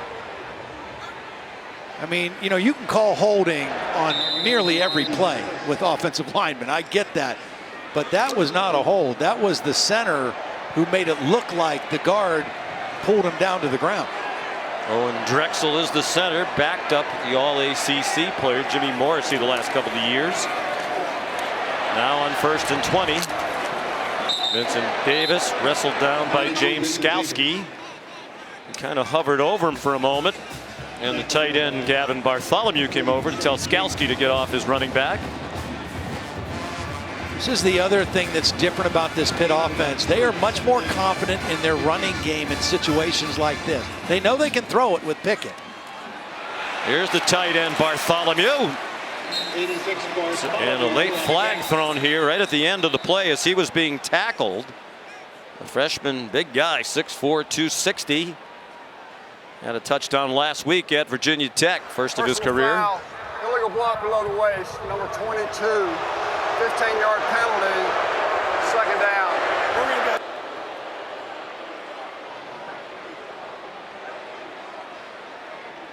Yeah, he knows it. Vincent Davis out there in front of the play trying to get a block back inside. And this is big because both of these penalties have moved them back out of field goal range. At the very least, they could have an attempt to restore their 2-touchdown lead. Andre Powell is the running backs coach. There it is right there. Penalty on Davis. 2nd and 26. Israel Abanikanda gets them back into field goal range again. Good call by Mark Whipple. They surprised Clemson with the run and a gain of 16. Again, I think they are so much more confident, not just with the offensive line, but because of the tight ends they have. It gives them more versatility in their offense to run the football. Now the tight ends are out, and they're 4 wide receivers right now, or 5. It certainly helps that Whipple and Pickett have had 3 years together now. They're really attached at the hip. When he scrambles right, he throws. Another flag down in the area where you expect another offensive holding call. It was completed to Shockey Jacques Louis, but there's a flag down thrown by the umpire. Holding offense number 55. 10-yard penalty. That one's on Marcus Minor, the left guard. And here he is right here. It's only a 3-man rush, and Kenny Pickett, actually 4-man, steps up. Boy. Yeah, I don't know. Kind of away from the play. I don't think his man, Miles Murphy. There it is. He's got a hold of the shirt. Usually when your hands are inside, though, you get away with it. I mean, it's usually only called when the hands get outside, especially if a guy tries to break away and pursue the ball. Like I said, you can call holding just about every play in college or pro football. And they have started to do just that. 3rd and 20. Again, they don't try many field goals. Abanikanda, he gets blasted at the 26. And when we spoke with Pat Narduzzi yesterday, and it's Skalski who's slow to get up, might be a stinger. Timeout. There's also an injured Pitt player. It's Abanikanda. And the crowd thinks that perhaps Jalen Phillips got away with an illegal hit as they look at the replay.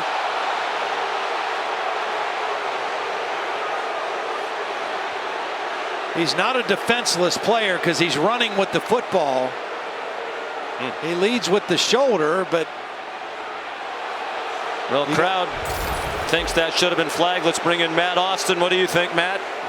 Well, I think Todd's exactly right. He is not a defensive player because he's not down yet. The hit came in. There was a little helmet to helmet, but it wasn't crown. It was a little bit of the side of the helmet to the side of his. So he got his head out of the way. He did everything we asked him to do. Meanwhile, you have Abanikanda slow to get up and Skowski slow to get up. Two very important players.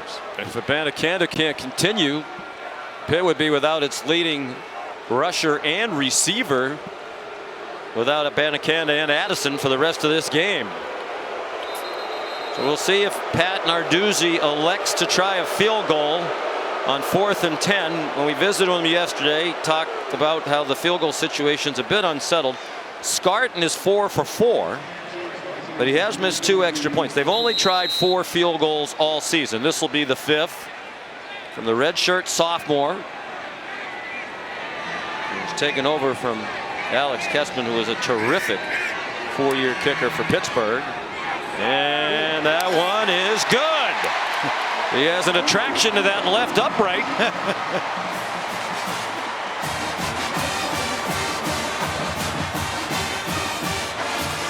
I think Mark Whipple's still aggravated about all those penalties that wound up bogging down the drive that ends in 3.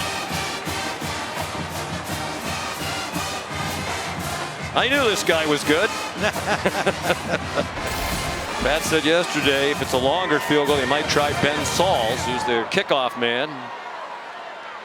But well done by Scarton, who had only attempted 1 in the last 4 games. Kickers are a rare breed, that's for sure. Top-ranked boxing tonight from Atlanta. The main event, Jamel Herring squares off against undefeated Shakur Stevenson for Herring's WBO junior lightweight belt. Main card starts at 10:30 Eastern on ESPN, ESPN Deportes in the app. And Sunday, the countdown crew gets you started for your NFL Sunday at 10 a.m. Eastern. Will Shipley on the kickoff return for Clemson. Savassier Dennis took him down. You can see why they're so excited about Will Shipley. I mean, he's got that burst. He did have the drop that would have been a touchdown. He was close to a couple long runs where he got tripped up. But you can see why they're excited about the future of this young running back. Very highly recruited. Dabo Swinney and Tony Elliott think they're in really good shape at running back with Shipley, with another freshman Phil Maffa, and with the sophomore Kobe Pace. Still Tyson Pumachan on for the 2nd series. Led them to a field goal as he replaced DJ Uiagalelei on the previous possession. That's Kobe Pace ahead for 3. Uiagalelei 11 for 23 passing for 101 yards and 2 interceptions. The second on a shovel pass just gone wrong. Uiagalelei also ran for 37 yards on 6 carries. Pumachan 3 out of 5 for 23 yards passing on the last drive. And the pass incomplete for Bo Collins. Kind of short-armed that catch, it seemed.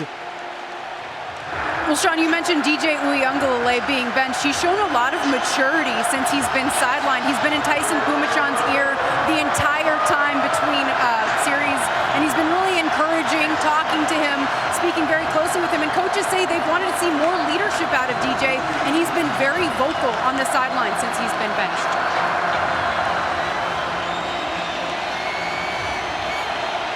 Final minute of this 3rd quarter. Critical 3rd down and 7 for Clemson. Pumachan lofts one up for grabs and incomplete. He's lucky it wasn't picked off by Eric Hallett. It was basically a punt in the general direction of a Joe. Well, you know, that was not a good throw. Really no chance of completing that one. The play before, though, and you kind of made reference to it, the receiver's got to help him out. I mean, Bo Collins short-armed that one across the middle. That would have been a conversion on 2nd down, and they wouldn't even had to face that 3rd down play.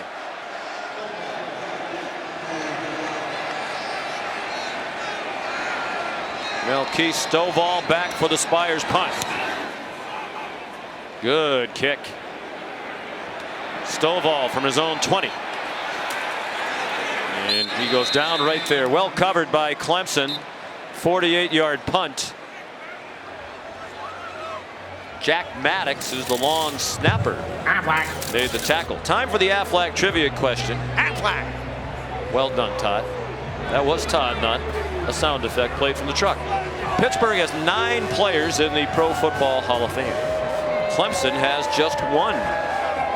Who is it? A lot of Pittsburgh greats here today because it is their Hall of Fame weekend. We were told Dan Marino is going to be here. We don't believe that he is.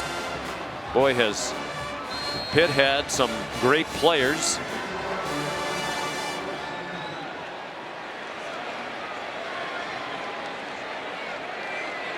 Among those going into their Hall of Fame today, the Pitt Hall of Fame, Curtis Martin. Jackie Sherrill, the coach. You played against Jackie Sherrill. Well, should we give the folks at home time to look it up on Google, the Aflac trivia question? I guess we'll have to, because it's the end of the third quarter, and they're counting briskly in my ear. 24-10, Pittsburgh leads Clemson.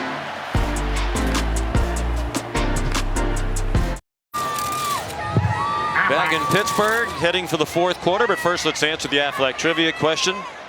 The one Clemson player who's in the Hall of Fame, the pro football version that is, Brian Dawkins. Great defensive back, 13 seasons with the Eagles, 3 with the Broncos, 5 All-Pro seasons. Part of the Hall of Fame class of 2018.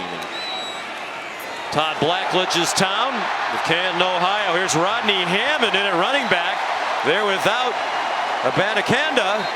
So Hammond gets his first carry of the day. And it's a good one for a first down, a gain of 18. It's really nice balance again. Only 96 yards rushing for Pittsburgh in the game, but it's been timely running.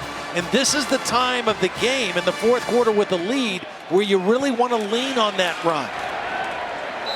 Hammond again. He's a freshman from Norfolk, Virginia. Molly? Sean, Pitt will have to win this game without their lead wide receiver and running back. Israel Abanikanda is out and is in the locker room being evaluated for a concussion. And as I reported earlier, wide receiver Jordan Addison also being evaluated for a concussion. Their 2 best skilled players around Kenny Pickett, who's having the kind of day that gets you even deeper in the conversation for the Heisman Trophy. Hammond stacked up. He's 23 for 35 for 277 and 2 touchdowns. We asked him yesterday, are you thinking at all about the Heisman? He said, no, I've been asked about it a couple times. We pointed out to him, well, if you win tomorrow, you're probably going to be asked even more about it. Yep. He's 22-1 right now to win it in Vegas. At this time last year, excuse me, Devontae Smith was 60-1. And obviously wound up winning the Heisman. The Alabama wide receiver, Lucas Krull. Pickett's parents are happy. His dad sure does look like a guy who was an All-American linebacker at Shippensburg.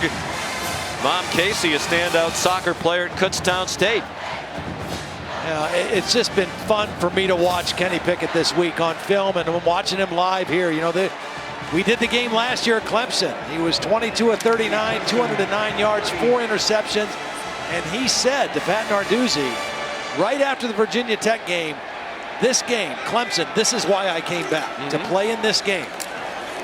That was after their game last week. Hammond looks to have another first down. And you know, Todd, in some ways, that loss and that really poor performance at Clemson last year, so you look at the run by Hammond, might have helped Pickett and Pittsburgh, because had he played better in that game, he probably would have gone to the NFL draft. That was such a bad game. It certainly helped hurt his draft prospects, and it's a part of the reason that he decided to come back. Well, again, I think as a Heisman voter, for me, my main criterion is how do guys play in the biggest games, and this is the biggest game Kenny Pickett's played in. And how about Hammond off the bench without a carry until this drive? He is leading them right down the field. Previous 3 possessions for Pitt against Brent Venables' defense. Touchdown, touchdown, and field goal. And at the very least, they're in field goal range again. We talked about the tight ends. Beautiful block on the end of the line by number 7, Lucas Kroll, and then a lead block by Gavin Bartholomew. And right now, Pitt on this drive just physically imposing their will on this Clemson defense. 24 points, the most scored in regulation against Clemson this year. And of course, the penalty flag. Holding, offense number 57, 10-yard penalty. Well, they've gotten just about everybody on the offensive line now. That's Gabe Hoy, the 5th-year senior from Pittsburgh, Upper St. Clair High School. They were in the tackle over, so he was actually lined up as the left tackle with Carter Warren lined up as the tight end, and got beat on a quick first step and hooked the defender. That was a good call. So they're back at the 25, but they have a 2-touchdown lead, and the clock is ticking here in the 4th quarter.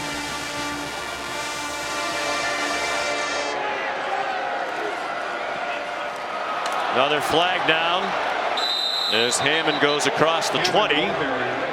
He's had runs on this drive that have counted of 18, 10, and 13 yards. Illegal formation, offense, more than 4 players in the backfield. 5-yard penalty, still first down. Pat Narduzzi getting a little agitated with the officiating, but he's getting closer to what he said would be a statement win for the Pitt football program in his 7th season. They're 47-35 under Narduzzi. And really, Todd, for the most part, they've won the games they're supposed to win. Correct. They don't win many they're not supposed to win. They did lose one that still sticks in their craw this year. They're only lost to Western Michigan. Kenny Pickett told us, I don't think I'll ever get over that. Vincent Davis for 2. They turned it over 3 times in that game and were stopped twice on 4th down. But they really believe, and Pat Narduzzi said it, we should be undefeated right now. Yeah. But in the other part of that, the other side of that same coin is it was kind of a wake-up call for the players and realizing that, you know, we've got to focus on the details every day in practice, get better every day, and they've been better since then. Pickett on target. Shockey Jacques Louis stays on his feet, finally stacked up at the 17, perhaps the 16-yard line. You know, it's interesting when we talked to Kenny Pickett, we asked him about his decision to come back. He talked to his family, talked to coaches, talked to Peyton Manning. The other thing that he mentioned was not just the advice he got, but he knew the talent that Pitt had coming back, and he knew he was going to be surrounded by better talent and weapons than he was at any point in his career, and that was exciting for him as well. And Mark Whipple told him, if you come back, you have a chance to be an all-time great at Pitt. You'll be in the Pittsburgh Hall of Fame. You'll bring your kids here someday and be recognized as such. He throws behind Stovall. And they'll send the field goal team out to try to get ahead by 3 scores for the first time today with 9.5 to go. Sam Scarton 1 for 1 today. Got a mulligan on a missed extra point on a Clemson offside penalty and made it on the 2nd try. Made it from 44 in the 3rd quarter. This is from 34, the right hash mark. The punter, Christodoulou, is the holder, and that's good.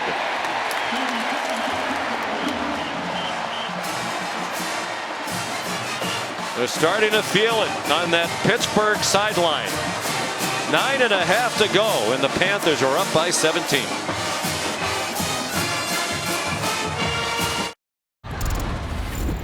You're watching college football presented by Papa John's. Here's a look at the Papa John's game track. Pittsburgh in command now, trying to remain undefeated in ACC play.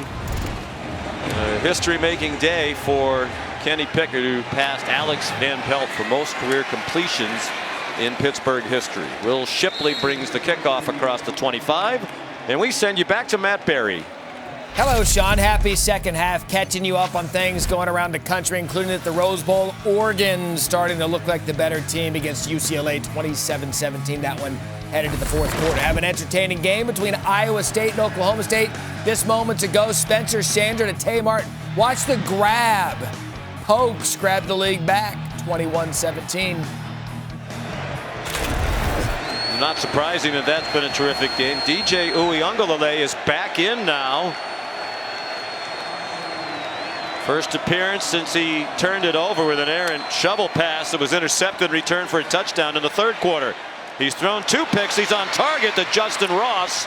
And just like that, they're in Panther territory to the 45-yard line. Brandon Hill made the tackle. They'll go quickly to the line of scrimmage. Really nice job by Will Shipley picking up the blitz by Servassier Dennis, allowing his quarterback to step up in the pocket and deliver the ball. 27-yard gain, 9 minutes to go. They're down by 3 scores. Threw it up for grabs for Dakari Collins, who was covered by Damari Mathis. First time they've thrown it in the direction of Dakari Collins. Pumachan back on the bench. He went 3 for 7 passing for 23 yards. He rushed twice for 15. Obviously, Pumachan didn't get nearly as many reps in practice and preparation for this game. And now with a throw-only mentality for Clemson, they went with their starting quarterback again. Uiagalelei. Flag comes flying in at the end of the play, intended for a Joe. There were a couple Clemson receivers in the same area. It looked kind of confusing offensively and defensively on that play. I'd be curious to see what they end up calling. It looked like it was a miscommunication by some Clemson receivers in the same area. Pass interference, defense, number 38. Penalty's an automatic first down. Spot of the foul. Cam Bright, linebacker, called for the penalty. Cam Bright working over the slot. He pushed the receiver down, and there, when he hit a Joe, the first one was okay because the ball was not thrown. The second one was a penalty because the ball was in the air. Got his going to hit anything in his area. That's 8 pit penalties for 77 yards. Clemson flagged 4 times. Uiagalelei too high.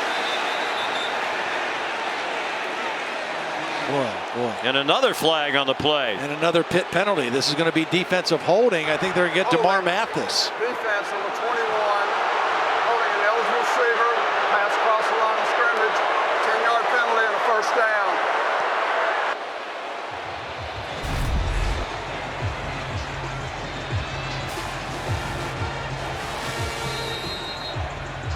Again, this coverage that Pitt plays, they are going to get their hands on you. They're going to push and grab. And a lot of times it depends how they're calling the game as to how successful they're going to be on pass defense. 9 penalties now against the Panthers, helping this drive along. Clemson moving quickly. Uiagalelei out of bounds, far sideline inside the 20.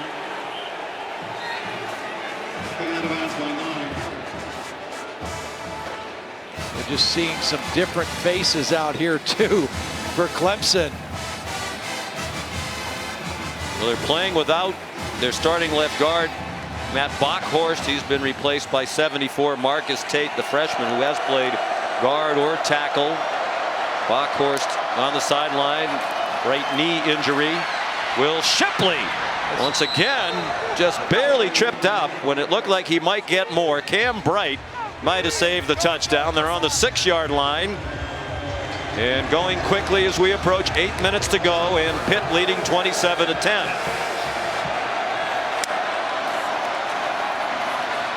Great keep by Uiagalelei. Everybody in blue thought he had handed the ball off. It's a touchdown. And good for Uiagalelei. After being benched, he has the right response. It's a 6-yard touchdown run. 5 plays, 72 yards. And watch this guy, this block. This is number 9, Jake Brendingstool. He's not even on our boards. He's somewhere down the depth chart on tight end. He's in there this possession, gets a nice block and a nice play fake by DJ for the touchdown. B.T. Potter. That drive took just a minute and 34 seconds. 3 Pitt penalties on that drive helped the Tigers' cause. Very much still a game here in Pittsburgh with 7:56 remaining. ESPN College Football is delivered by the Shaq-a-Roni from Papa John's. Pizza with a purpose. Order today. And in part by Liberty Mutual Insurance. Only pay for what you need. Sun setting on this beautiful day here in Pittsburgh. Aerial coverage provided by Goodyear. With you for every mile on the road to greatness. Goodyear, more driven. Pittsburgh lined up anticipating an onside kick. I don't think you onside kick it here.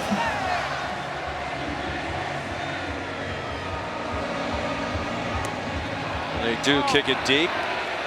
P.T. Potter, it'll be a touchback. Here's a look at this week's college football rankings brought to you by Chick-fil-A, and they're going to change dramatically when we show them to you next week. Georgia idle. Cincinnati had a tough time at Navy, as did Oklahoma at Kansas. And the shocker, Penn State loses in 9 overtimes at home against Illinois. Michigan State off this week, number 9. Michigan a big win at home. Those two will square off next week in East Lansing. A battle of undefeateds in the Big Ten East. That's going to be one whale of a football game. Kenny Pickett comes out throwing with a 10-point lead under 8 to go, and it's off the hands of Melky Stovall. Trying to protect the lead, run out the clock. They did that very effectively last week at Virginia Tech. Matter of fact, Pickett threw only 1 pass in the 4th quarter last week because they were able to run the ball and run the game out. They actually had a drive that lasted 11 minutes and 38 seconds. They didn't score, but they held the ball for almost the entire quarter. They don't have their leading rusher, Israel Abanikanda, nor do they have their leading receiver, Jordan Addison, both in the concussion protocol. Vincent Davis tackled by fellow number 22 Trenton Simpson. Clemson could get the ball back very quickly here, having scored in just more than a minute and a half on their last possession. Well, the thing you really want to avoid here if you're Kenny Pickett is a turnover. He's played turnover free today. They did have the 1 fumble by Lucas Kroll after a catch. Remember, it was 5 turnovers last year in Death Valley that really were the difference in the ball game. Got to take care of the football. He has plenty of time. Now takes off running. Needs the 35. Dives for it. And we'll wait for the mark. First down. Nolan Turner went launching for him. They were like 2 missiles, and Pickett just did get it. When he scrambles to his right, he throws more than he runs. When he scrambles to his left, he runs more than he throws. And this is just heroic individual effort to extend the ball past the marker with Nolan Turner in hot pursuit. Well, he showed you the quote at the beginning of the telecast. Pickett says you have to play with an edge, and he does. Great pocket presence, excellent scrambler. Rodney Hammond, who's been key here in the 4th quarter, who's seen very little action. More than half of his 32 carries this season entering today were in their rout of New Hampshire when they won 77-7. And every one of those first downs, like Kenny Pickett just picked up, just eats more clock off the, more time off the clock. Mark Whipple knows that. Kenny Pickett knows it. And so does Dabo Sweeney. Here we go back to the conversation about they don't signal the plays in. We asked Pickett, do you ever get tired? He said, yeah, sometimes I look at the GPS monitor at the end of the game, see how much running I did. Mark Whipple, who spent a lot of time in the NFL, believes they should go to the NFL system where the play caller can communicate right into the helmet of these college quarterbacks. One of the reasons he said he does it because teams try to steal the offensive signals, and Clemson's been alleged to be very good at that by opponents they have played throughout the years. Timeout, 5:40 to go, Pitt by 10.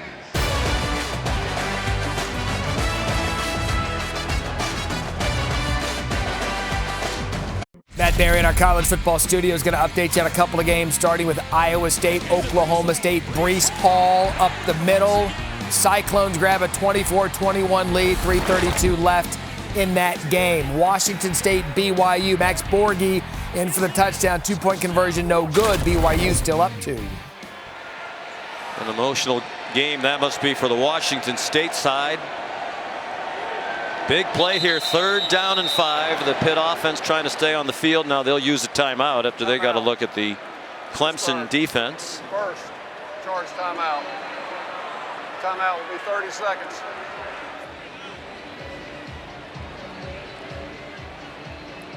So 5:40 to go, Pitt by 10. We talked at the top of the telecast about a chance for Kenny Pickett to emerge into the Heisman Trophy conversation.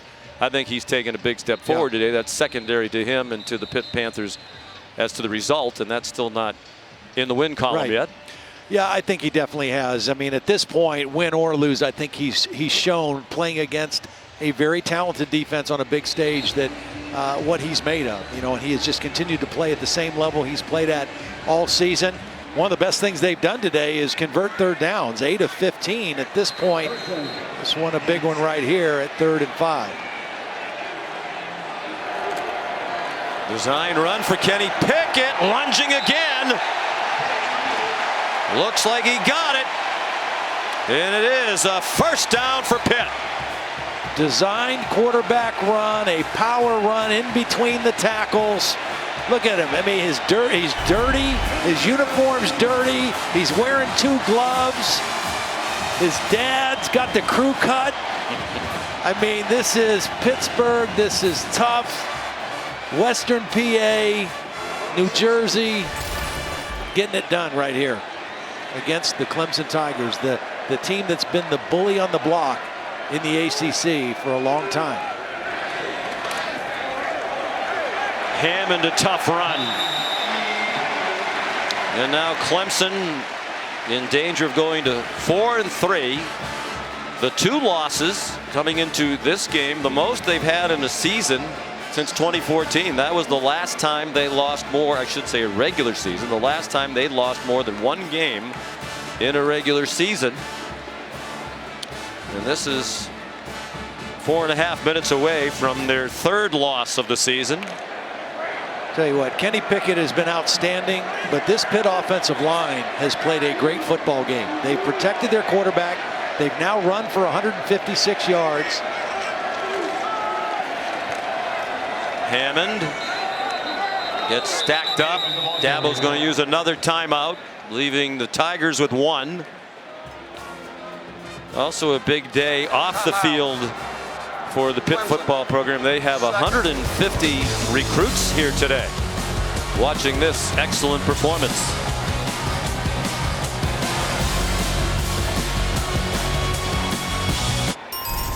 More great college football coming your way tonight here on ESPN. Tennessee at Alabama, and then on ABC Ohio State and Indiana.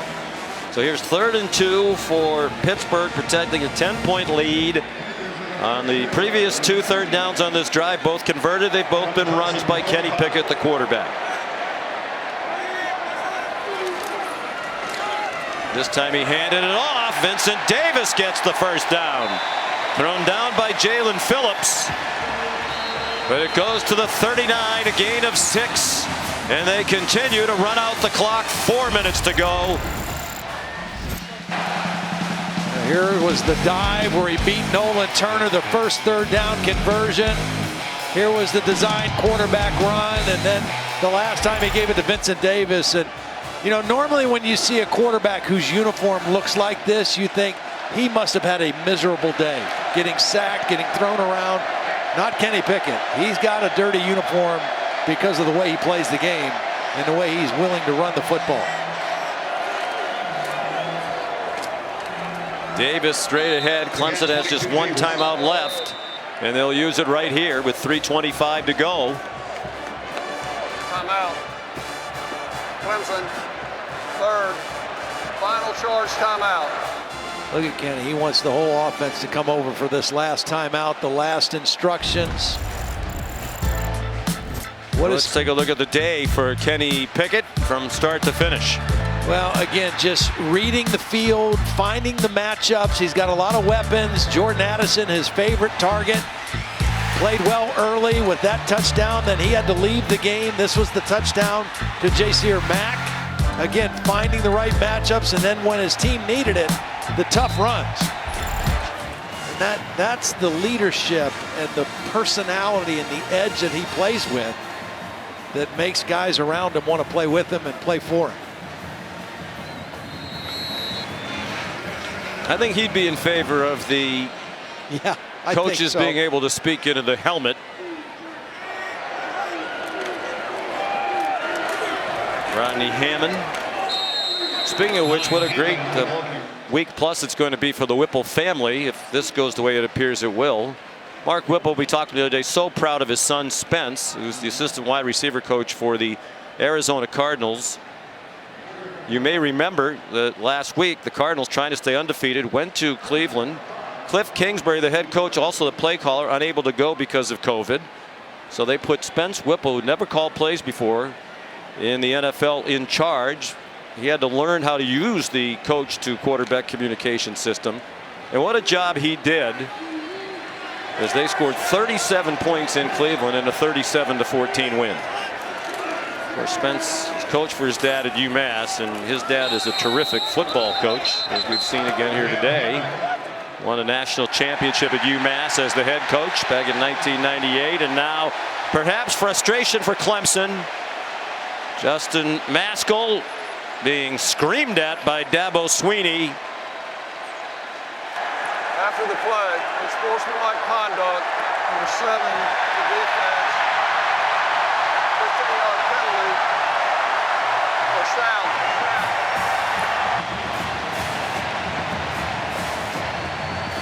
Kenny Pickett is signaling for victory formation now. Here's the end of the play.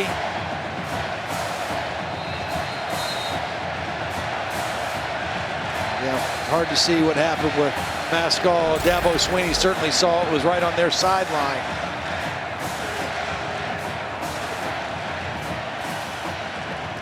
Now with a first down, Pitt may just take the knee. And he did the little talk and the taunt, but you can't take your helmet off either. So timeout. Pittsburgh, second charge timeout. Timeout will be 30 seconds. Well, uncharacteristic of Clemson. Yeah. You know, losing their poise, hurting themselves, and you can understand the frustration for Dabo Swinney. Really, again, more of the same. Early in the game, they have a lead. Looks like they're going to score again on a long pass to Will Shipley. Wide open. It's going to be a touchdown. Right. He drops it, and the offense still cannot get out of its own way. They're going to score fewer than 21 points again today for the 5th straight game, 21 or fewer. Yeah, and you know, he told us that we got a defense that keeps us in every game, but you just can't be that unbalanced. You have to have more help from your offense, and they haven't had that. And they also are facing the best quarterback and the best offense that they've seen all season. They were able to get away with it with some of the teams on their schedule, but not this Pitt Panther offensive football team led by Kenny Pickett. So it's 5 straight games scoring 21 or fewer, the longest such streak for Clemson since 1994, when they were held to 21 or fewer in 6 consecutive games. It's going to be their first double-digit loss to a conference opponent since 2014, a loss to Georgia Tech. As we mentioned, they hadn't lost more than 1 game in any of the previous regular seasons. They will have lost 3 in this season. The only losses 2015 to 2020 in the regular season to Pittsburgh on a walk-off field goal in Clemson, 2016 to Syracuse in 2017, and to Notre Dame at Notre Dame in that epic game last year. And once again, what Pitt has been able to do to close this out is just hold the football. They've had it for over 4 minutes here at the end of the game, converting 3rd downs and keeping the ball away from Clemson. And now the kneel down to run this thing out. On what Pat Narduzzi described as a statement win.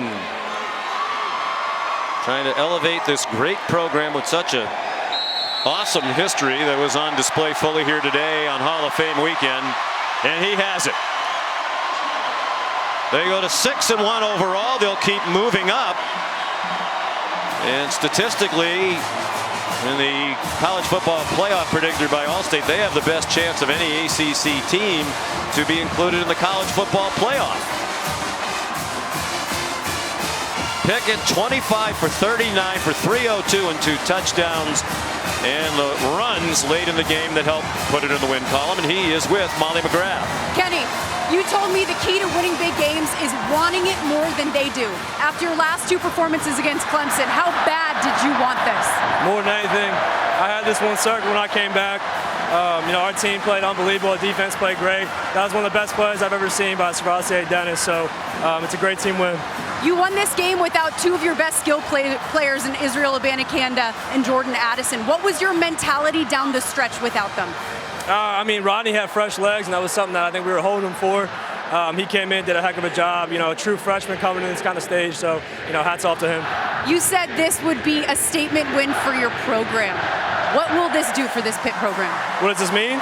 Yeah, what does this mean for you guys? It won't mean anything if we don't handle business these next couple of weeks. So, we're really going to enjoy this one. I'm going to go have a cold one, and then we'll get ready for Miami. You hardly see a quarterback this dirty after a win. How's your body feeling? How's your body feeling? Never better. Best I've ever felt. Yeah, good. All right, congrats on the win. Thanks, Molly. And the point he made is key. Pat Narduzzi felt his team really let down after they won at Tennessee, the second game of the year. Wound up dropping the next one here to Western Michigan, but they are in firm control of the Coastal. They've been in the ACC since 2013. The only time they went to the title game was in 2018 when they played Clemson. And Kenny Pickett in that game seems like forever ago, but he was the quarterback. He went 4 for 16 for 8 yards. Right. So the 2 performances for him against Clemson prior to today, nothing to build confidence from, but he knew this was a different team on both sides in a different year. They'll party long into the night in Oakland. Kenny for Heisman picking up steam. For Todd Blackledge, Molly McGrath, and our great crew, Sean McDonough saying so long from Pittsburgh. Let's send you back to Matt Berry in the studio. Sean